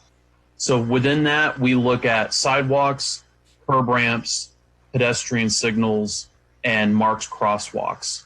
So we have information about that here in existing conditions, infrastructure type, and then the recommendations. We also talk about different trail types and other facilities like lights and signage. For this plan, we did 2 rounds of public input, and the first round was very extensive. We were at 10 public events and did outreach. There was a survey and comment card. We asked people where they walk and where they have issues. So we had participation from over 100 people. And then the second round of input, we had a meeting with 31 people, and we asked them to prioritize the recommendations in front of them. Not only on the engineering side, but also the non-engineering or non-infrastructure side. So to get into the recommendations, just to explain how it's broken down. First of all, that sidewalk inventory project, for each block or each feature of those 4 pedestrian features I mentioned, it gets a score of 0 to 100. So everything that is 90, above 90, is considered in very good shape, no need for any improvements. And then in this document, everything that has every feature with a score of 90 or less is considered a recommendation. So that's still a lot of recommendations throughout the entire city for all of these sidewalk blocks and curb ramps, et cetera. Within that, we developed prioritization criteria, and that helped us to break all of the recommendations into 5 categories, which on the next slide, it mentions the 5 categories are just called highest, high, medium, low, and lowest. So the criteria include, from the network assessment, there was a sidewalk gap analysis, missing sidewalk connectivity values, and for existing sidewalks, their compliance score. We included equity data. That was another criteria. We looked at 0 vehicle households, income below poverty level, limited English proficiency, and race and ethnicity. And then within the sidewalk inventory, there are a couple priority areas, downtown Urbana and the Philo, Florida area. So if a feature was within one of those areas, it got a little higher score as a recommendation. And then from the 2 rounds of public input, and then also the bicycle master plan, which has the same recommendation as the Park District Trails plan and includes things like side paths, shared use paths that are also used by pedestrians. And then we have a lot of information from the Safe Routes to School events and efforts. There are surveys that are done every year. So we took where people marked if there was an issue on their route as part of this criteria. So as I mentioned, then everything is broken into 5 categories, and it's then also broken down into 7 infrastructure types, because within sidewalks, you have places where beveling needs to take place. That's where you're evening a vertical fault. Some places are sidewalk gaps where there's no sidewalk in between 2 existing sidewalks. And then the 3rd category, there are trail projects where you have a wider sidewalk essentially. Then we have curb ramps, crosswalks. We've identified a few locations for the city to look at crossing enhancements. The issue with this is that we do have guidelines for the community, but you need pedestrian count data. We do have that data for certain locations, but not every single intersection. So we couldn't make recommendations based on looking at every single intersection for this category. And then finally, pedestrian signals.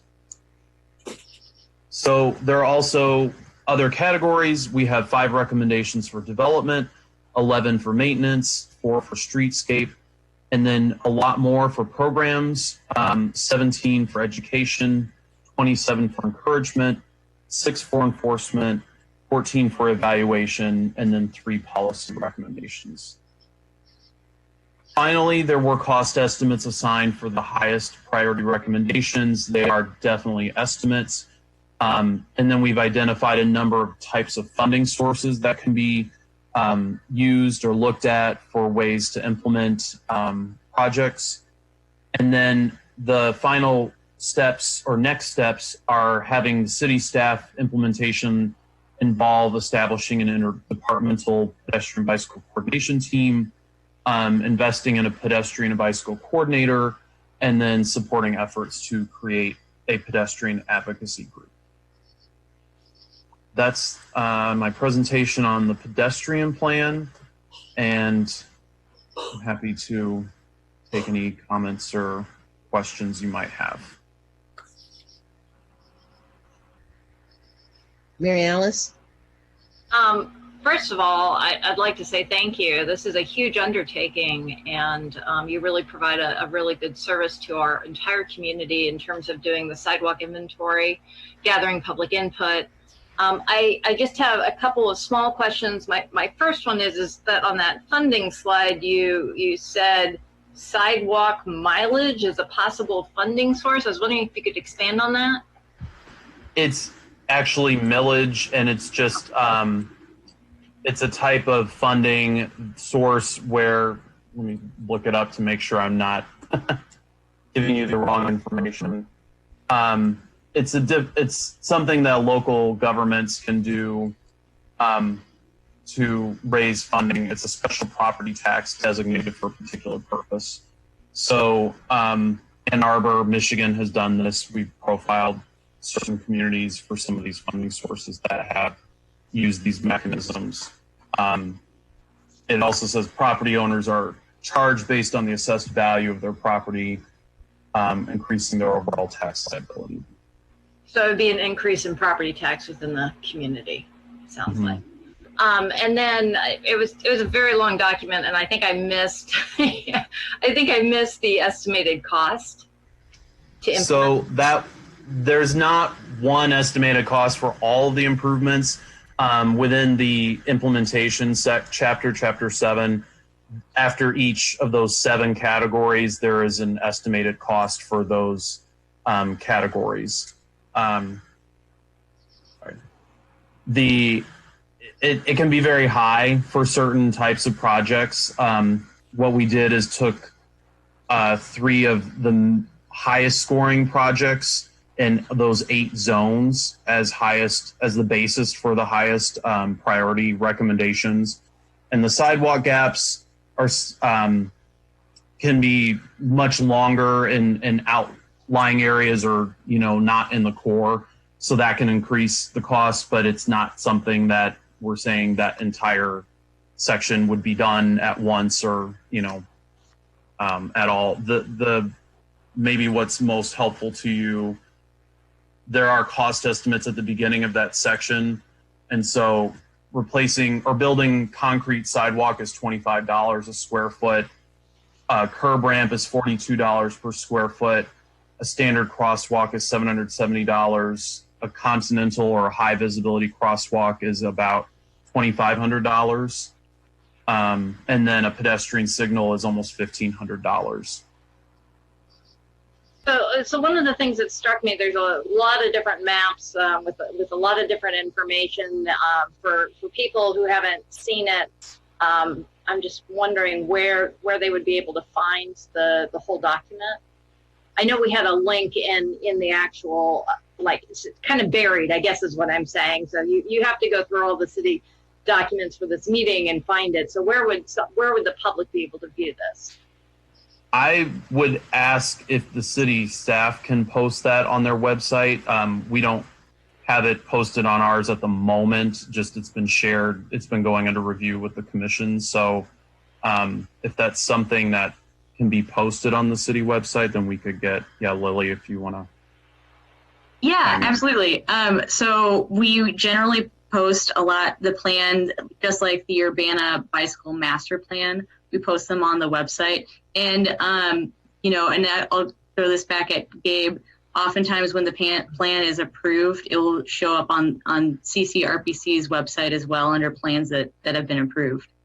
But currently it's a draft plan, pending the conversation we have tonight. So I think it would be helpful if that exact plan was posted on the meeting agenda, like on that page, like we've done with other documents in the past, just so people have an easy way to find it without going through the PDFs and then going to the link within the PDF. So I'd just like to ask staff to add that to tonight's agenda materials. And then I'm going to hold off my comments about the brick sidewalks because I know that Dennis wants to talk about that, but just so I understand what we're being asked to discuss and potentially approve is that huge document that talks about the priorities in terms of what should be fixed, what should be updated, what should be new, and so forth. So I just wanted to confirm with staff that that's what we're being asked to do right now. Lily, maybe you can answer me. Yeah, absolutely. Tonight is just about the Urbana pedestrian master plan. There's no policy change or city code change that is before you. There would have to be an ordinance or a resolution. This is really to incorporate the pedestrian plan into the 2005 comprehensive plan. It's very helpful for certain kinds of ways that we get funding for infrastructure to show that we have public input for the kinds of infrastructure projects that we apply for grants for. So the discussion about the brick sidewalks is not something that's included in this plan? So it is a recommendation in the recommendations chapter, which is chapter 6. Okay. There's many different engineering recommendations, but there are also policy recommendations. You can see at the bottom of the slide that Gabe is sharing right now, it says next steps. There's pedestrian bicycle coordinator for one, a pedestrian advocacy group and supporting efforts. There's numerous events, one of which is a recommendation based off of public input to consider changing a portion of the brick sidewalk reconstruction policy. And so that's one of the projects, and you can see that on page 124. All right. Okay. Thank you. Lily, I have a question too. is this, I don't know, Mary Alice, do I have to give you the chair or something to ask a question? I don't think for staff questions, only discussion. Okay. I just wanted to know if, is all of this going, are we in the process of making up a new comprehensive plan right now? Or am I getting that confused with something else? No, we are. We're just starting the process of a comprehensive plan. So my question is would this particular ordinance be part of the new comprehensive plan? And it sounds like we're just revamping the 2005 plan. Is it going to be part of the new plan? So the new plan will have a large discussion with a lot of public input, and this can be a part of that discussion piece. The old plan that we're just starting to revamp is something that's probably going to take a certain amount of time to do. But meanwhile, staff still wants to take this public input in the plan and prioritize resources for the CIP, for instance, or projects to apply for grants. Okay. Dennis, did you want to say anything? Yeah, I do, please. Okay. Okay, so this is a very comprehensive plan, very thoughtfully thought out. I appreciate that. I hadn't really tracked the details of BPAC as it produced the plan. Understanding that was mainly dealing with certain kinds of infrastructure relating to safety and signaling and crosswalks and safe routes to school kind of things. So I wasn't aware that staff and RPC was specifically recommending a change in the brick sidewalk ordinance that was passed in 2002 until just before the second Planning Commission meeting, when neighbors and I talked about it, and I felt that I needed to make a comment about it. I did attend by Zoom the Planning Commission meeting where this draft is being proposed or had been proposed. And my concern is, of course, with the comments and the recommendation in the staff memo that outlines change in the ordinance concerning the default for brick sidewalk repair to be first recommended to become switched over to cement. So during the presentation of the Plan Commission, it became apparent that the Plan Commission was very wishy-washy about how to recommend or deal with this question.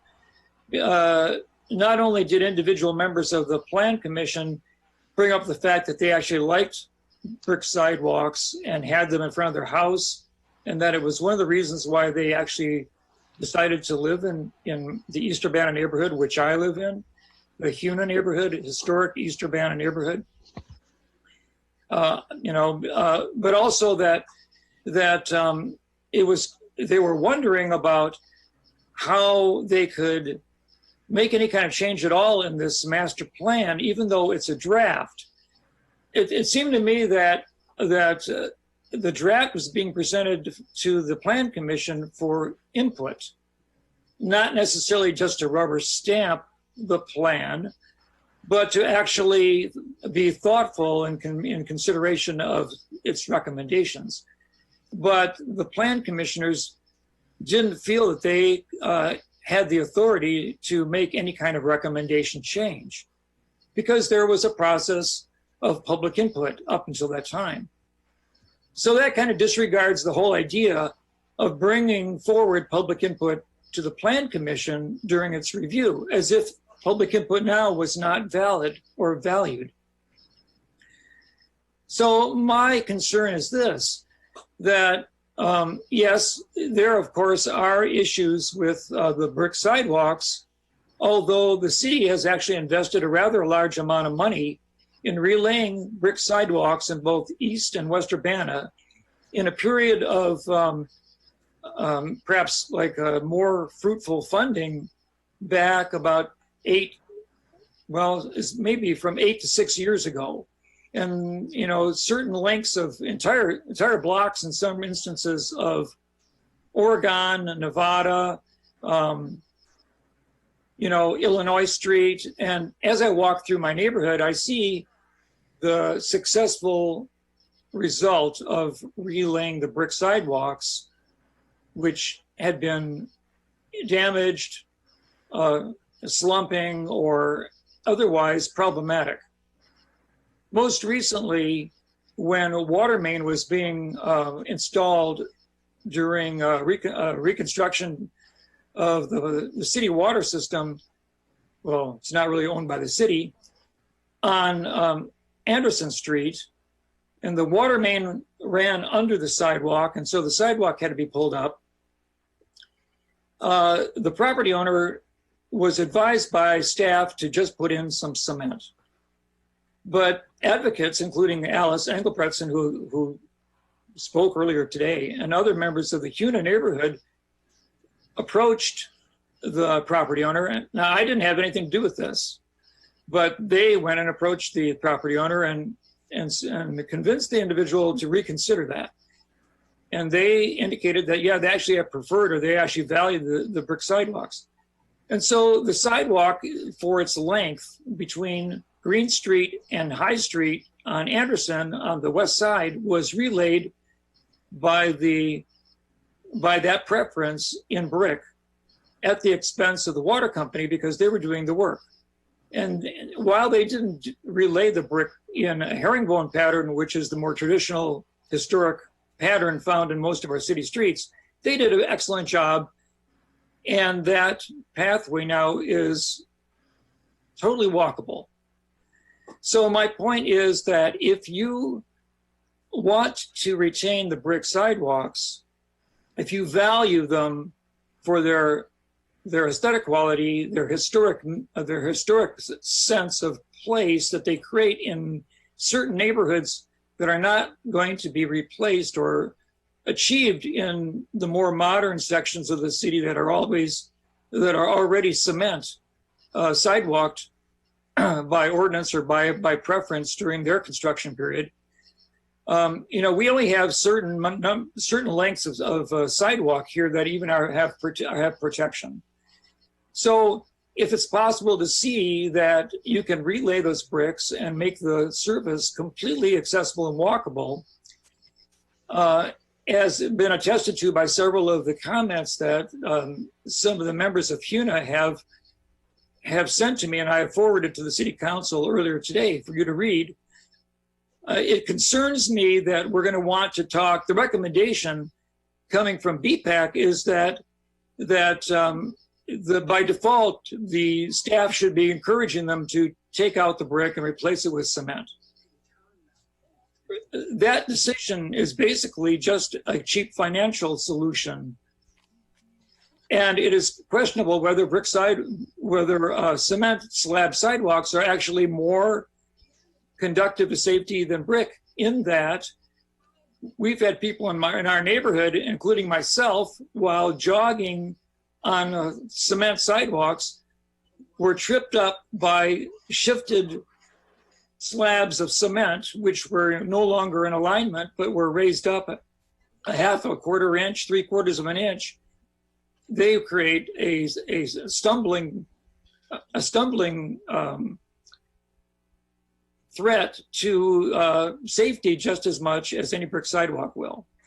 So there may be more need for repair and maintenance of the brick sidewalks, but the reason mostly is that maintenance has sort of stopped and has never been really thoroughly finished in either the West Urbana or East Urbana neighborhoods.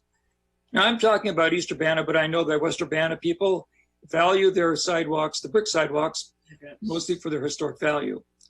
So the other aspect of this is that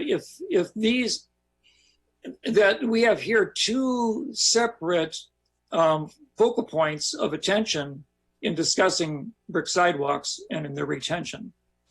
One is from BPAC, which is mostly transportation and modal resource and commission in the community. And, they do great work, and most of their attention has been on creating bike lanes and, raising the standard of the bicycle, the bicycle transportation qualities of the community to a gold standard, which is great. And so in a way, I'm very, very enthused about finally having a pedestrian master plan, because I think it's been long overdue. But the other group that has not been really brought into this discussion is anybody who's interested in historic preservation of the community and its built environment. This, has not gone, this is not, the Huna neighborhood is not involved in particular in the consultation as a group that I can recall. And I doubt that the West Urbana neighborhood association was brought in to have discussion about brick sidewalks replacement in particular. And I'm certainly sure that the Historic Preservation Commission has not been consulted about what their opinion would be on this.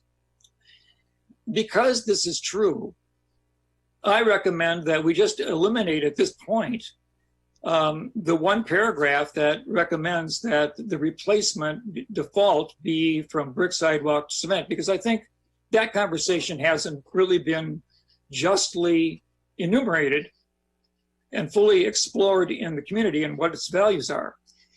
And you will say that this plan, when it's adopted, it's going to be a great plan. We all know that it will not truly affect the future comprehensive plan.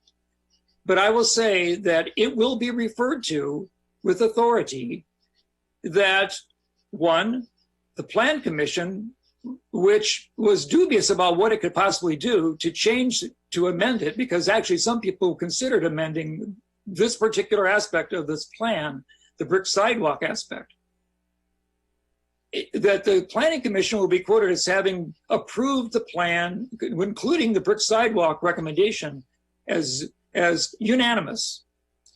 And then if we also are going to be passing it next week, containing this default replacement, it will be said that the City Council unanimously, or maybe it's not going to be unanimous, voted to enforce or to approve the concept of automatic replacement during repair work, brick to cement, as a recommended mode of repair to the property owner.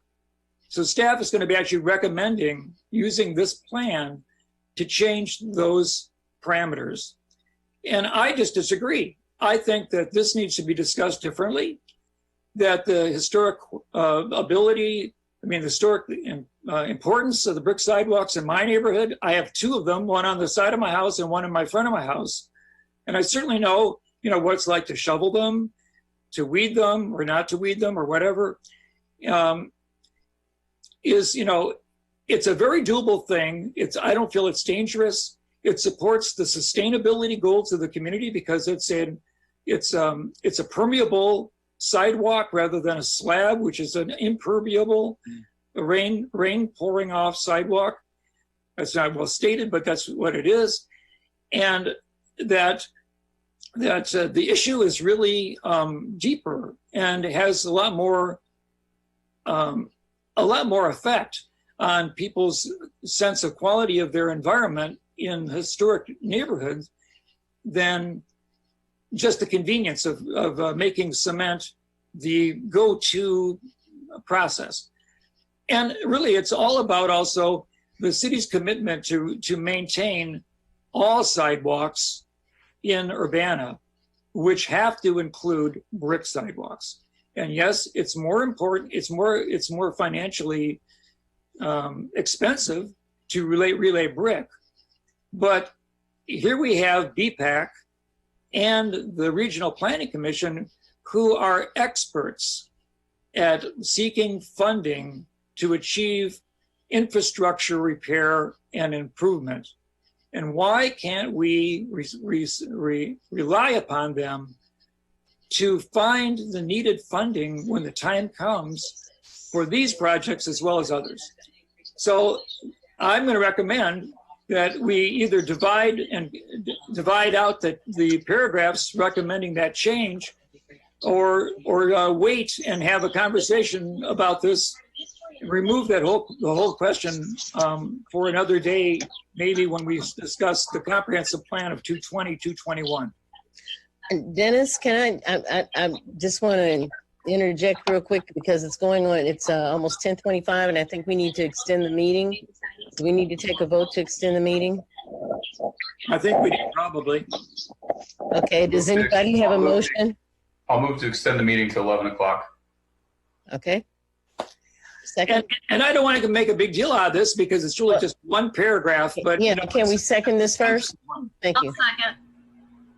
Okay, thank you. So, Jared, you move to 11 o'clock. Mary Alice, you second it? Yes, ma'am. Okay, can I get a vote, please? Phyllis, can you do a roll vote, please? Ms. Wu, Yes. Ms. Hersey, Yes. Mr. Roberts, Yes. Mr. Colebrook, Yes. and Mr. Miller. Yes. Okay, thank you. Dennis, I'm sorry, continue. No, I've said what I think I've made my case. I'll also say that as a compromise to the planning department, when Green Street was repaved, the planning department wanted to remove the brick sidewalks on both sides of the street. In my neighborhood, association said, well, we're willing to understand that it's important to have accessible, wheelchair accessible pathway from, I'm going to say, downtown Vine Street to Victory Park, which is probably one of the interesting goals in my neighborhood. And so we agreed that sections, and there were like about a block and a half altogether, of brick sidewalk be removed from the north side of Green Street and replaced by cement. And the agreement was that we would then preserve and try to repair the sidewalks on the south side of Green Street that are brick. And no repair was ever done to those brick sidewalks. They could have been, but very little was done. But we still do have the brick. And so we already bargained away a rather large section of brick in my neighborhood to the Planning Commission and the Public Works Department. And we feel that there needs to be an honor to support the brick sidewalks if these are the preferences of the property owners, and not to be encouraged to default to brick, to default to cement. All right, so we have a vested interest. Not everybody in my community agrees with me, but those people who have an interest in historic preservation, and there are rather a lot of them in my neighborhood because of the name of our neighborhood association is the Historic East Urbana Neighborhood Association. Just want to say I'm trying to represent my constituency. Okay, Carol. Perhaps Lily has something she wants to say in response, but what I wanted to share is that you don't have to endorse a change in the policy to endorse a conversation about a change in the policy. And I think that one of the merits that has emerged from the different voices of people that have chosen to weigh in on this is that, the maintenance issue about brick sidewalks is real and it's not going to change. So at least not anytime soon. So I think, while people might, place a lot of value on the aesthetics of it, even people who voiced that, even some of the people who voiced that aesthetic preference recognize the reality of the safety issues and so forth.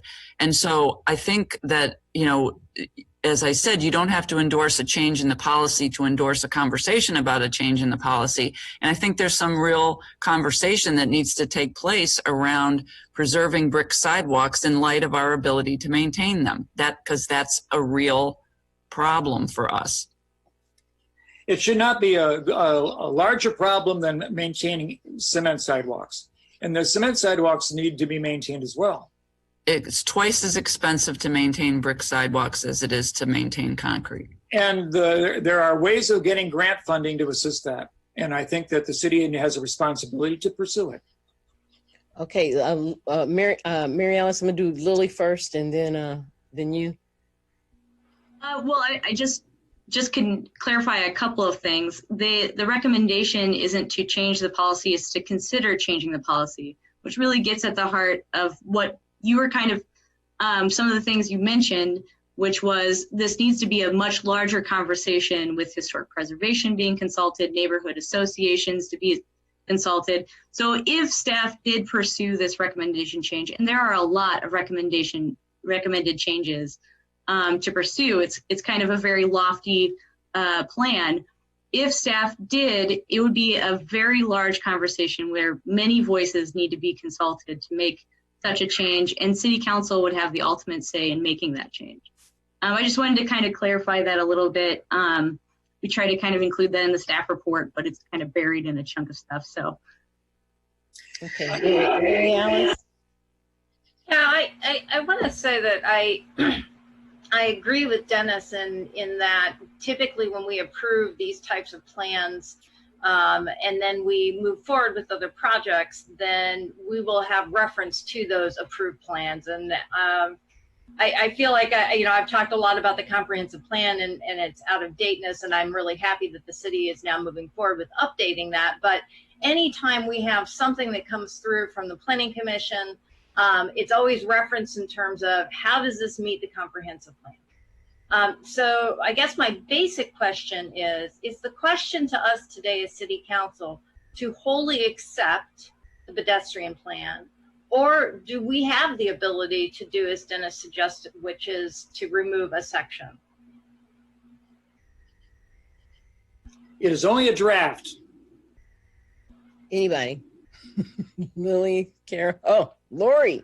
Well, certainly, yes. So it is only a draft. And I don't know if Gabe, you touched very much on the amount of public input and engagement that that was attempted to get to where we are in this plan. So I think it's important to recognize that there have been some voices heard to date on this issue, and I believe the voices were very loud about the sidewalk issue. And so personally, I think it would be a shame to dismiss that and not have the larger conversation to, as Carol said, sort of balance, to have everyone in the room, so to speak, to have that discussion in the future. So I do think it would be a shame to discount all of that, the public input that we've heard to date, specifically about the sidewalk. So would it be possible for us to recommend changing the language so that it reflects more of the nature that there would be a larger public conversation in terms of the priorities of cement versus brick?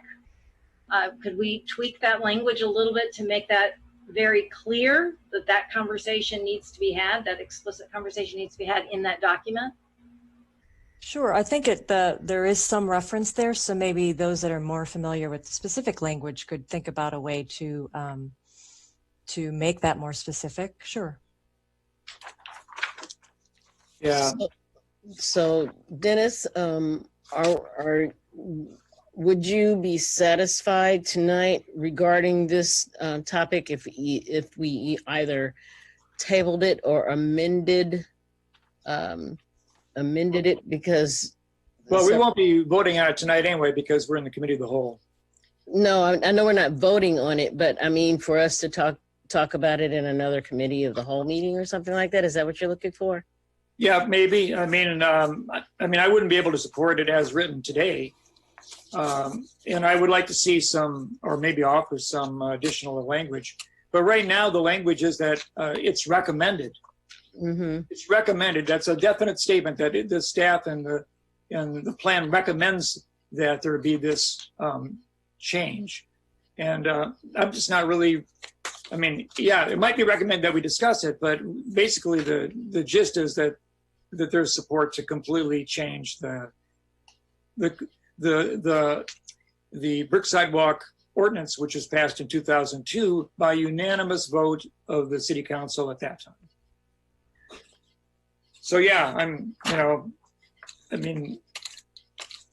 I would like to see or offer change in the language, and probably would like to get some input from Mary Alice or somebody else who would like to support that.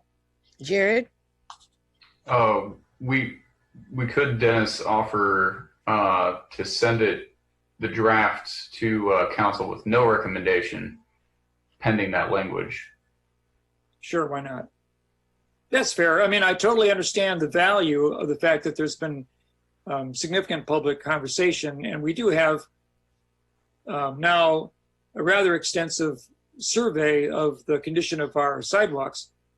But I'm saying that if the brick sidewalks are a problem because they're uneven, the city is obligated to correct that.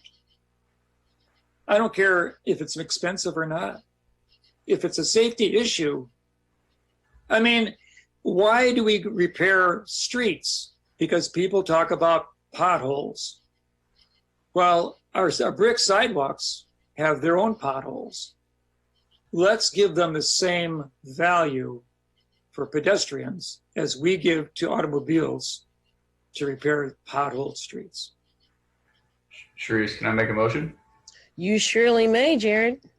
I'll move that we send, where's my agenda? Ordinance number 2020-07-038, an ordinance approving an amendment to the 2005 comprehensive plan having to do with the Urbana pedestrian master plan that came from plan case 2401-CP-20 be sent to the full council with no recommendation. Now, is that an amendment that we're making to this?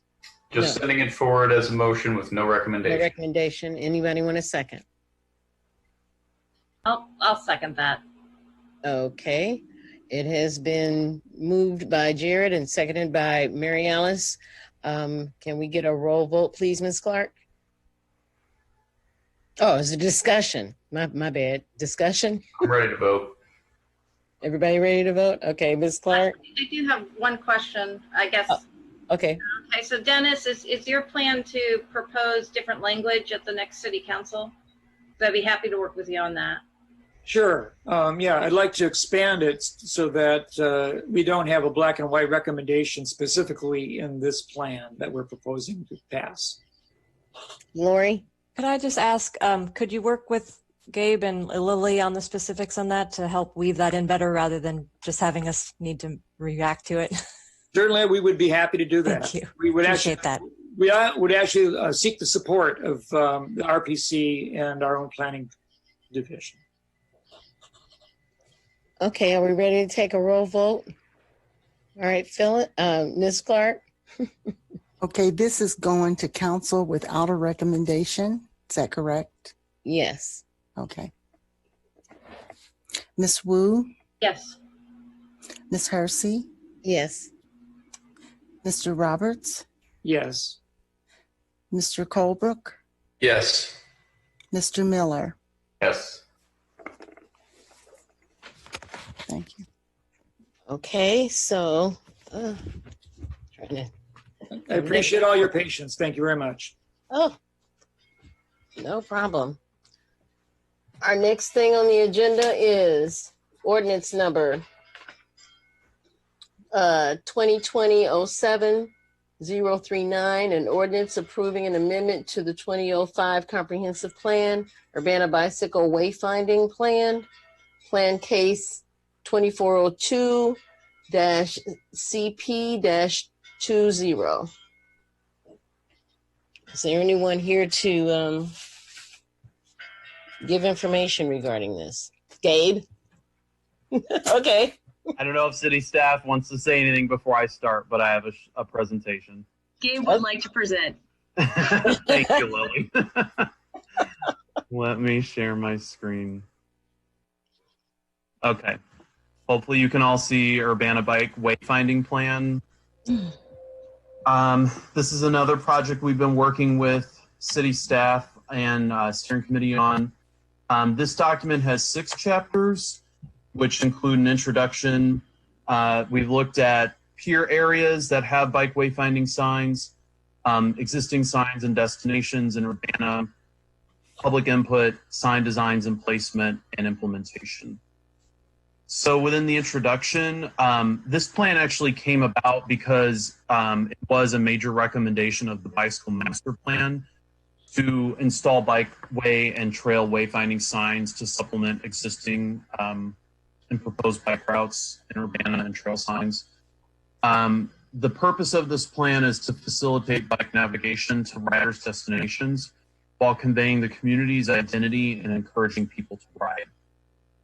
We relate this again to the policy framework of council goals, and the study area is the same as the pedestrian plan, with including everything within city limits and slightly outside.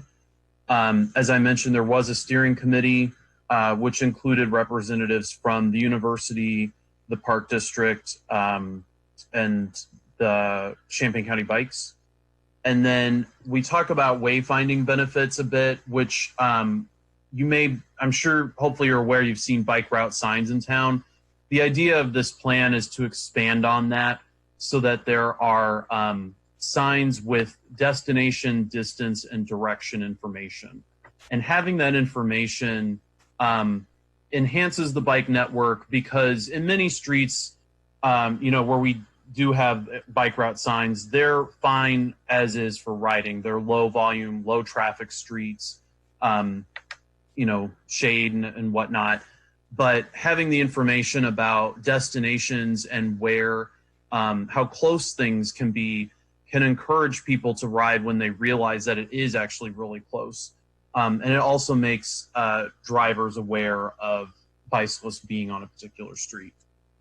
The principles of bike wayfinding are to connect places, promote active travel, maintain motion, be predictable, keep information simple, and make signage accessible. So while we do have a lot of information in this plan, and I'm sure many of us want to include a lot of information on signs, we want it to be concise enough that the rider can see it and keep riding and get to their destination efficiently. Finally, there's the concept of the Urbana Green Loop. For those not aware, this was a concept developed in the Bike Master Plan of connecting all of the parks in the community and through trails and bike lanes and bike routes. And so some of those segments have to be bike routes because there isn't space for a trail, and so signage would help people stay on it. For the peer area comparisons, we looked at not only Urbana and Champaign County, but 5 different areas that have plans. That includes Dane County, Wisconsin, where Madison is, Fort Collins, Colorado, Peoria, Illinois, Tompkins County, and Finger Lakes, New York, and Wichita, Kansas. And we looked at another 20 or so cities that have either signs or plans.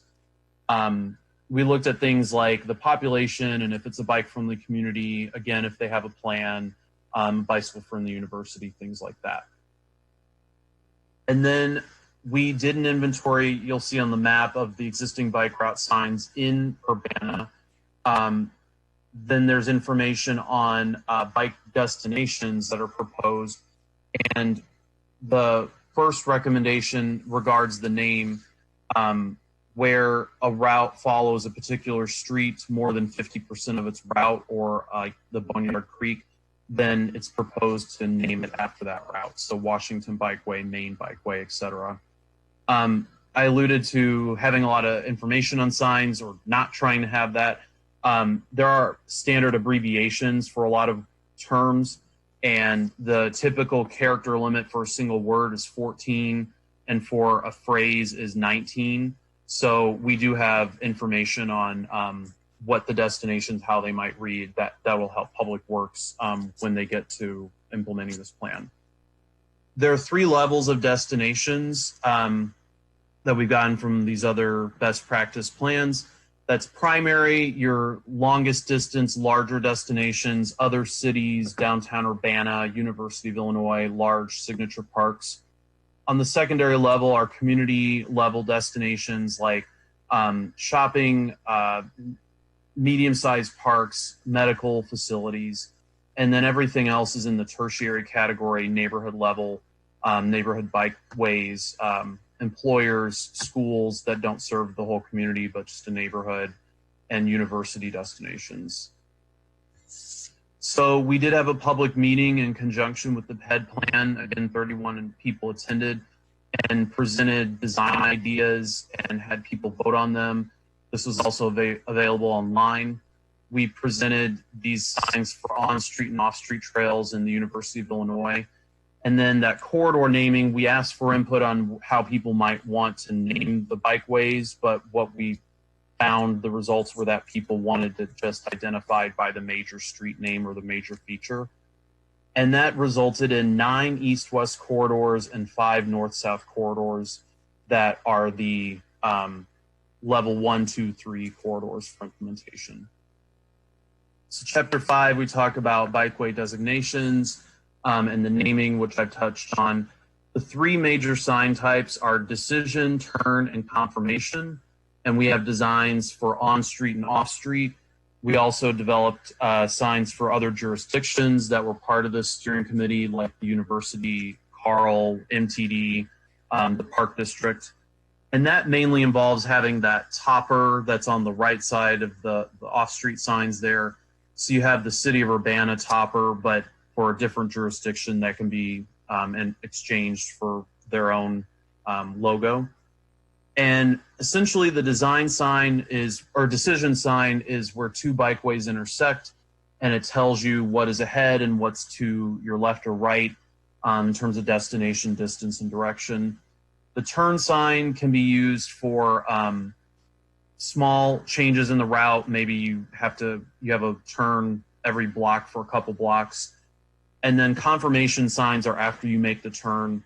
The top sign shows the name of the bikeway, and on the bottom, that confirmation sign is placed at the beginning of the bikeway. So Washington Street area, as you're leaving campus, you'll get those destinations that are on the route. We have information on sign placement and assembly. And then also, like the pedestrian plan, there was prioritization criteria, which includes route readiness, if it's existing or planned, the proximity to destinations, bicycle level of stress, the same equity measures, public input, and then gap closure, how long the gap is in terms of helping to prioritize these routes.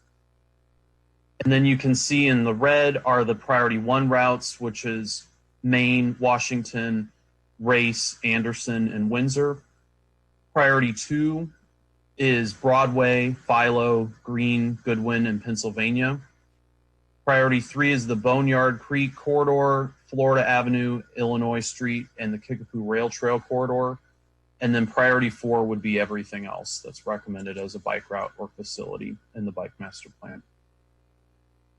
Finally, for implementation, it's these sign types is broke. We estimated how many signs might be placed on each of these priority bikeways, and it does add up to be a lot. It's about 700 for the priority 1 through 3. And even more when you consider everything else.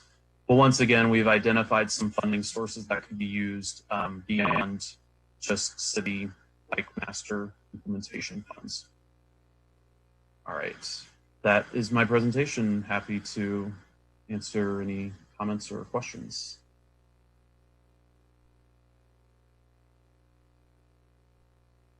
I see. Yeah, did you call on me? Yeah. Okay, thanks. All right, thanks, Gabe. Well,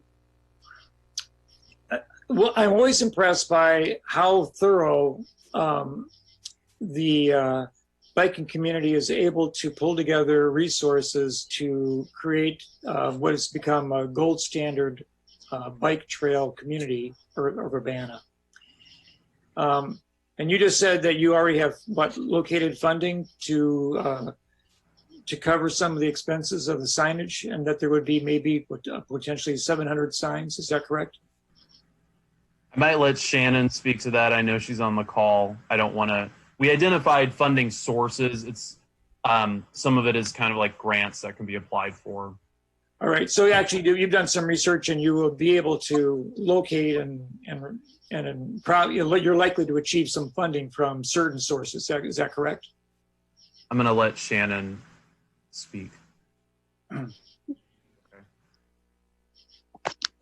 Hi, Shannon's here. Hi. We do have some funding that Craig Schonkweiler had accrued during his time with the city. It's not sufficient to cover the entire network. So, and with Gabe's funding sources, it's not like those are immediately available. We would have to apply for them. A lot of them require applications, putting together a packet. So we don't have any of that ready currently, since we've been waiting to get the plan before city council. So. Right, and it just occurs to me that you could use the same techniques to secure funding for brick sidewalks in the future. Possibly, I'd have to look into it. I'm new to the whole sidewalk situation. That was in Brad Bennett's court. Yeah. So between me and Justin, it's something we do have on our radar, but not immediately. And so I'd like to ask Lily, about 8 years ago, the city council approved a rather extensive wayfinding signage program for automobiles to locate the key areas of the downtown as they were traveling through and approaching the center of our city. How are we doing on searching for funding for those signs? I don't have an answer for you. And I think I would have to consult economic development within community development and do a little bit of research to provide that. I know that the city council, through hiring consultants, after doing an extensive traffic and parking study for the downtown, has now designed signs and signage program to highlight and bring business into the downtown and travelers, and to make the downtown a destination. We were able to achieve the first step, which was basically marking some of the parking areas, the parking lots in the downtown, so people could locate them. One of the larger signs erected was actually on the parking garage. And I guess that's been up for maybe like 6 or 8 years by now. So how is the city going to balance completing its automobile finding signage program that was adopted 8 years ago and the bicycle master plan document that we're watching tonight? So I'll take a shot at that one. The money that Shannon was referencing is money that is in a project for bike lanes and side paths, and it's roughly $188,000. Now, I would, before people start spending that money in their minds, I think there is a conversation that needs to be had, starting with BPAC. You know, we've heard a lot about Vision Zero, and we certainly wayfinding is part of that, but there may actually be higher priorities for that money before we just automatically assume that we're going to spend it on wayfinding because that's what we said we were going to do. You know, we have to reconsider things as priorities change. And I would say that the other signage, the downtown signage, is in that same realm. We don't have any funding identified for that, but it gets weighed against all the other priorities that we talked about with the CIP. Yeah, it's really, it is kind of an unfortunate experience that we have in our community, that we come up with really excellent plans as we try to solve the problems and increase business in the community, and yet we don't fund the plan to actually achieve it. And we have a lot of plans on the drawing boards, and some of them are, I mean, we had a re-landscaping and reconsidering the Cunningham Avenue corridor plan for beautification, which never went anywhere after it was drafted. And it's been on the shelf for 18 years probably. So yeah, I guess I guess if the community had better funding, or if we were a richer community, we would be able to see progress on some of these things. And I appreciate that priorities do change over the years, but we have had so many goals, which if we could only have achieved them, we would see a transformation in our downtown. And I think that the biking community contributes to that. And yet, on some aspects, it seems like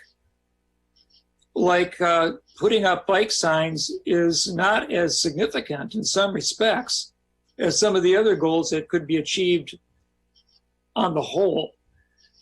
Now, I'm not going to not support this plan, but I'm just pointing out that as we pile up priorities, we really ought to be thinking about what are the plans that we've drafted and actually already approved and paid for, which are going to be the most useful in the community to achieve whatever the goals are that the new comprehensive plan envisions. So I think it's just like a really important thing for our discussion point. And I like the signage. I think it makes complete sense. I realize that the biking community is a smart and great advocacy group. But in perspective, I just am concerned a little bit that we are, well, it's like the tail's wagging the dog sometimes. That maybe, for economic development of the downtown, other priorities really should be looked at more carefully. But I love planning, and I love to see the enthusiasm and the creativity that these plans produce. And I know that there's a community out there that's very excited about it. So I'm just observing, and I'm not necessarily an urban planner, but I have a good sense of what makes a downtown exciting and interesting to people. And I'm still waiting for that golden moment to arrive in Urbana. And Diane? A couple of things. One is we've got 4 minutes before the 11 o'clock deadline, so you'll need to vote to extend a little bit more. Yeah. And I would remind everybody, given our situation with COVID, our priorities are being changed for us, at least for this year. And our top priority this year is to survive and help our downtown survive so that we can thrive in the future. So that has to be part of the discussion too. Not tonight, but it's the overall reality of today. I'll make a motion, Sharice, to extend the meeting for 10 minutes to 11:10. Any seconds? I'll second that. Okay, it's been moved by Jared and seconded by Bill Colebrook for us to extend the meeting for another 10 minutes. Ms. Clark, would you take the roll, please? Ms. Wu, Yes. Ms. Hersey, Yes. Mr. Roberts, Yes. Thank you. Mr. Colebrook, Yes. Mr. Miller. Yes, and I'm sorry, Phyllis. Me too.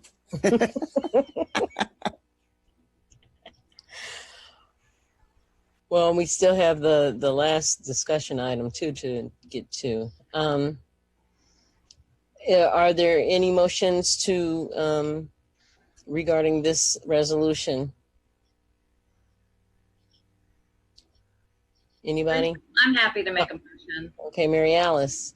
I move that we send ordinance number 2020-07039, ordinance approving an amendment to the 2005 comprehensive plan for the Urbana bicycle wayfaring plan, plain case 2402 CP20, to City Council with a recommendation for approval. I'll second. Okay, it's been moved by Mary Alice and seconded by Jared. Ms. Clark, would you please take the roll?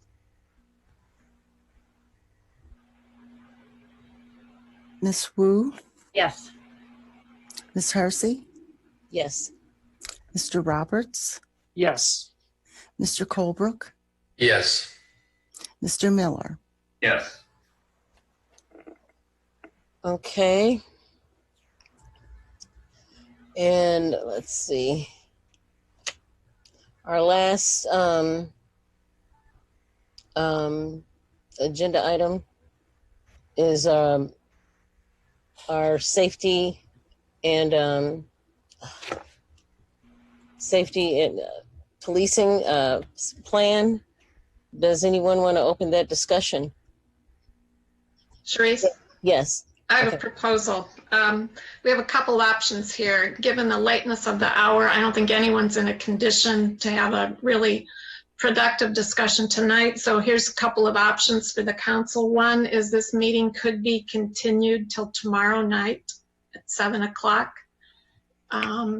If enough people will be available to attend, we'll need a quorum at least. I know Bill Brown will not be here. Or we could put it on next week's agenda. Is there any discussion regarding that proposal? I won't be available tomorrow night, but I would be in favor of putting it on next week's agenda. Mary Alice? I was going to say that I will be available tomorrow night, but I also worry about having as many people there as possible. So I'm willing to do either. My preference would be for tomorrow night. Jared?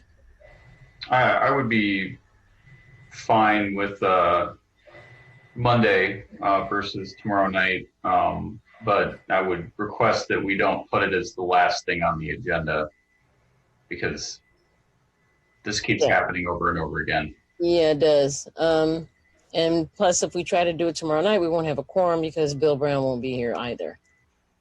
Well, you would, okay. We would if 4 of us were there. You just need 4. But I would rather get as many people as possible. I agree. Yeah. Okay, so let's. Do we need to take a vote on the proposal to change the agenda and add the discussion to next week's council meeting? No, we can do that. You can just do it. We'll do it when we set the agenda. Okay, so. And I just wanted to say I agree with Jared. I think it would be better if we had the discussion as the first item rather than the last item. That's fine. We just had the FOIA presentation at council's request as well, so we wanted to get that one done. So yeah, and we had plenty of discussion regarding that. Yeah, I look forward to doing it, and I agree. Let's tackle this head on at the beginning of the meeting. I would have done it tomorrow night, but I appreciate the fact that it deserves thoughtful and as many comments and input that the rest of the city council members can place to it. I agree. Yes, and just a reminder, there's a CPRB meeting on Wednesday night. Okay. Jared? Just to say a quick thing, did everybody get my email about what this discussion item is even about? Did everyone see that? Yes, I did. Okay. All right. That was all I wanted to know. Okay, is there any further business that we need to attend to then?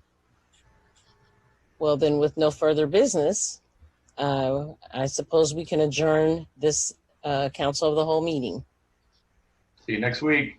Night.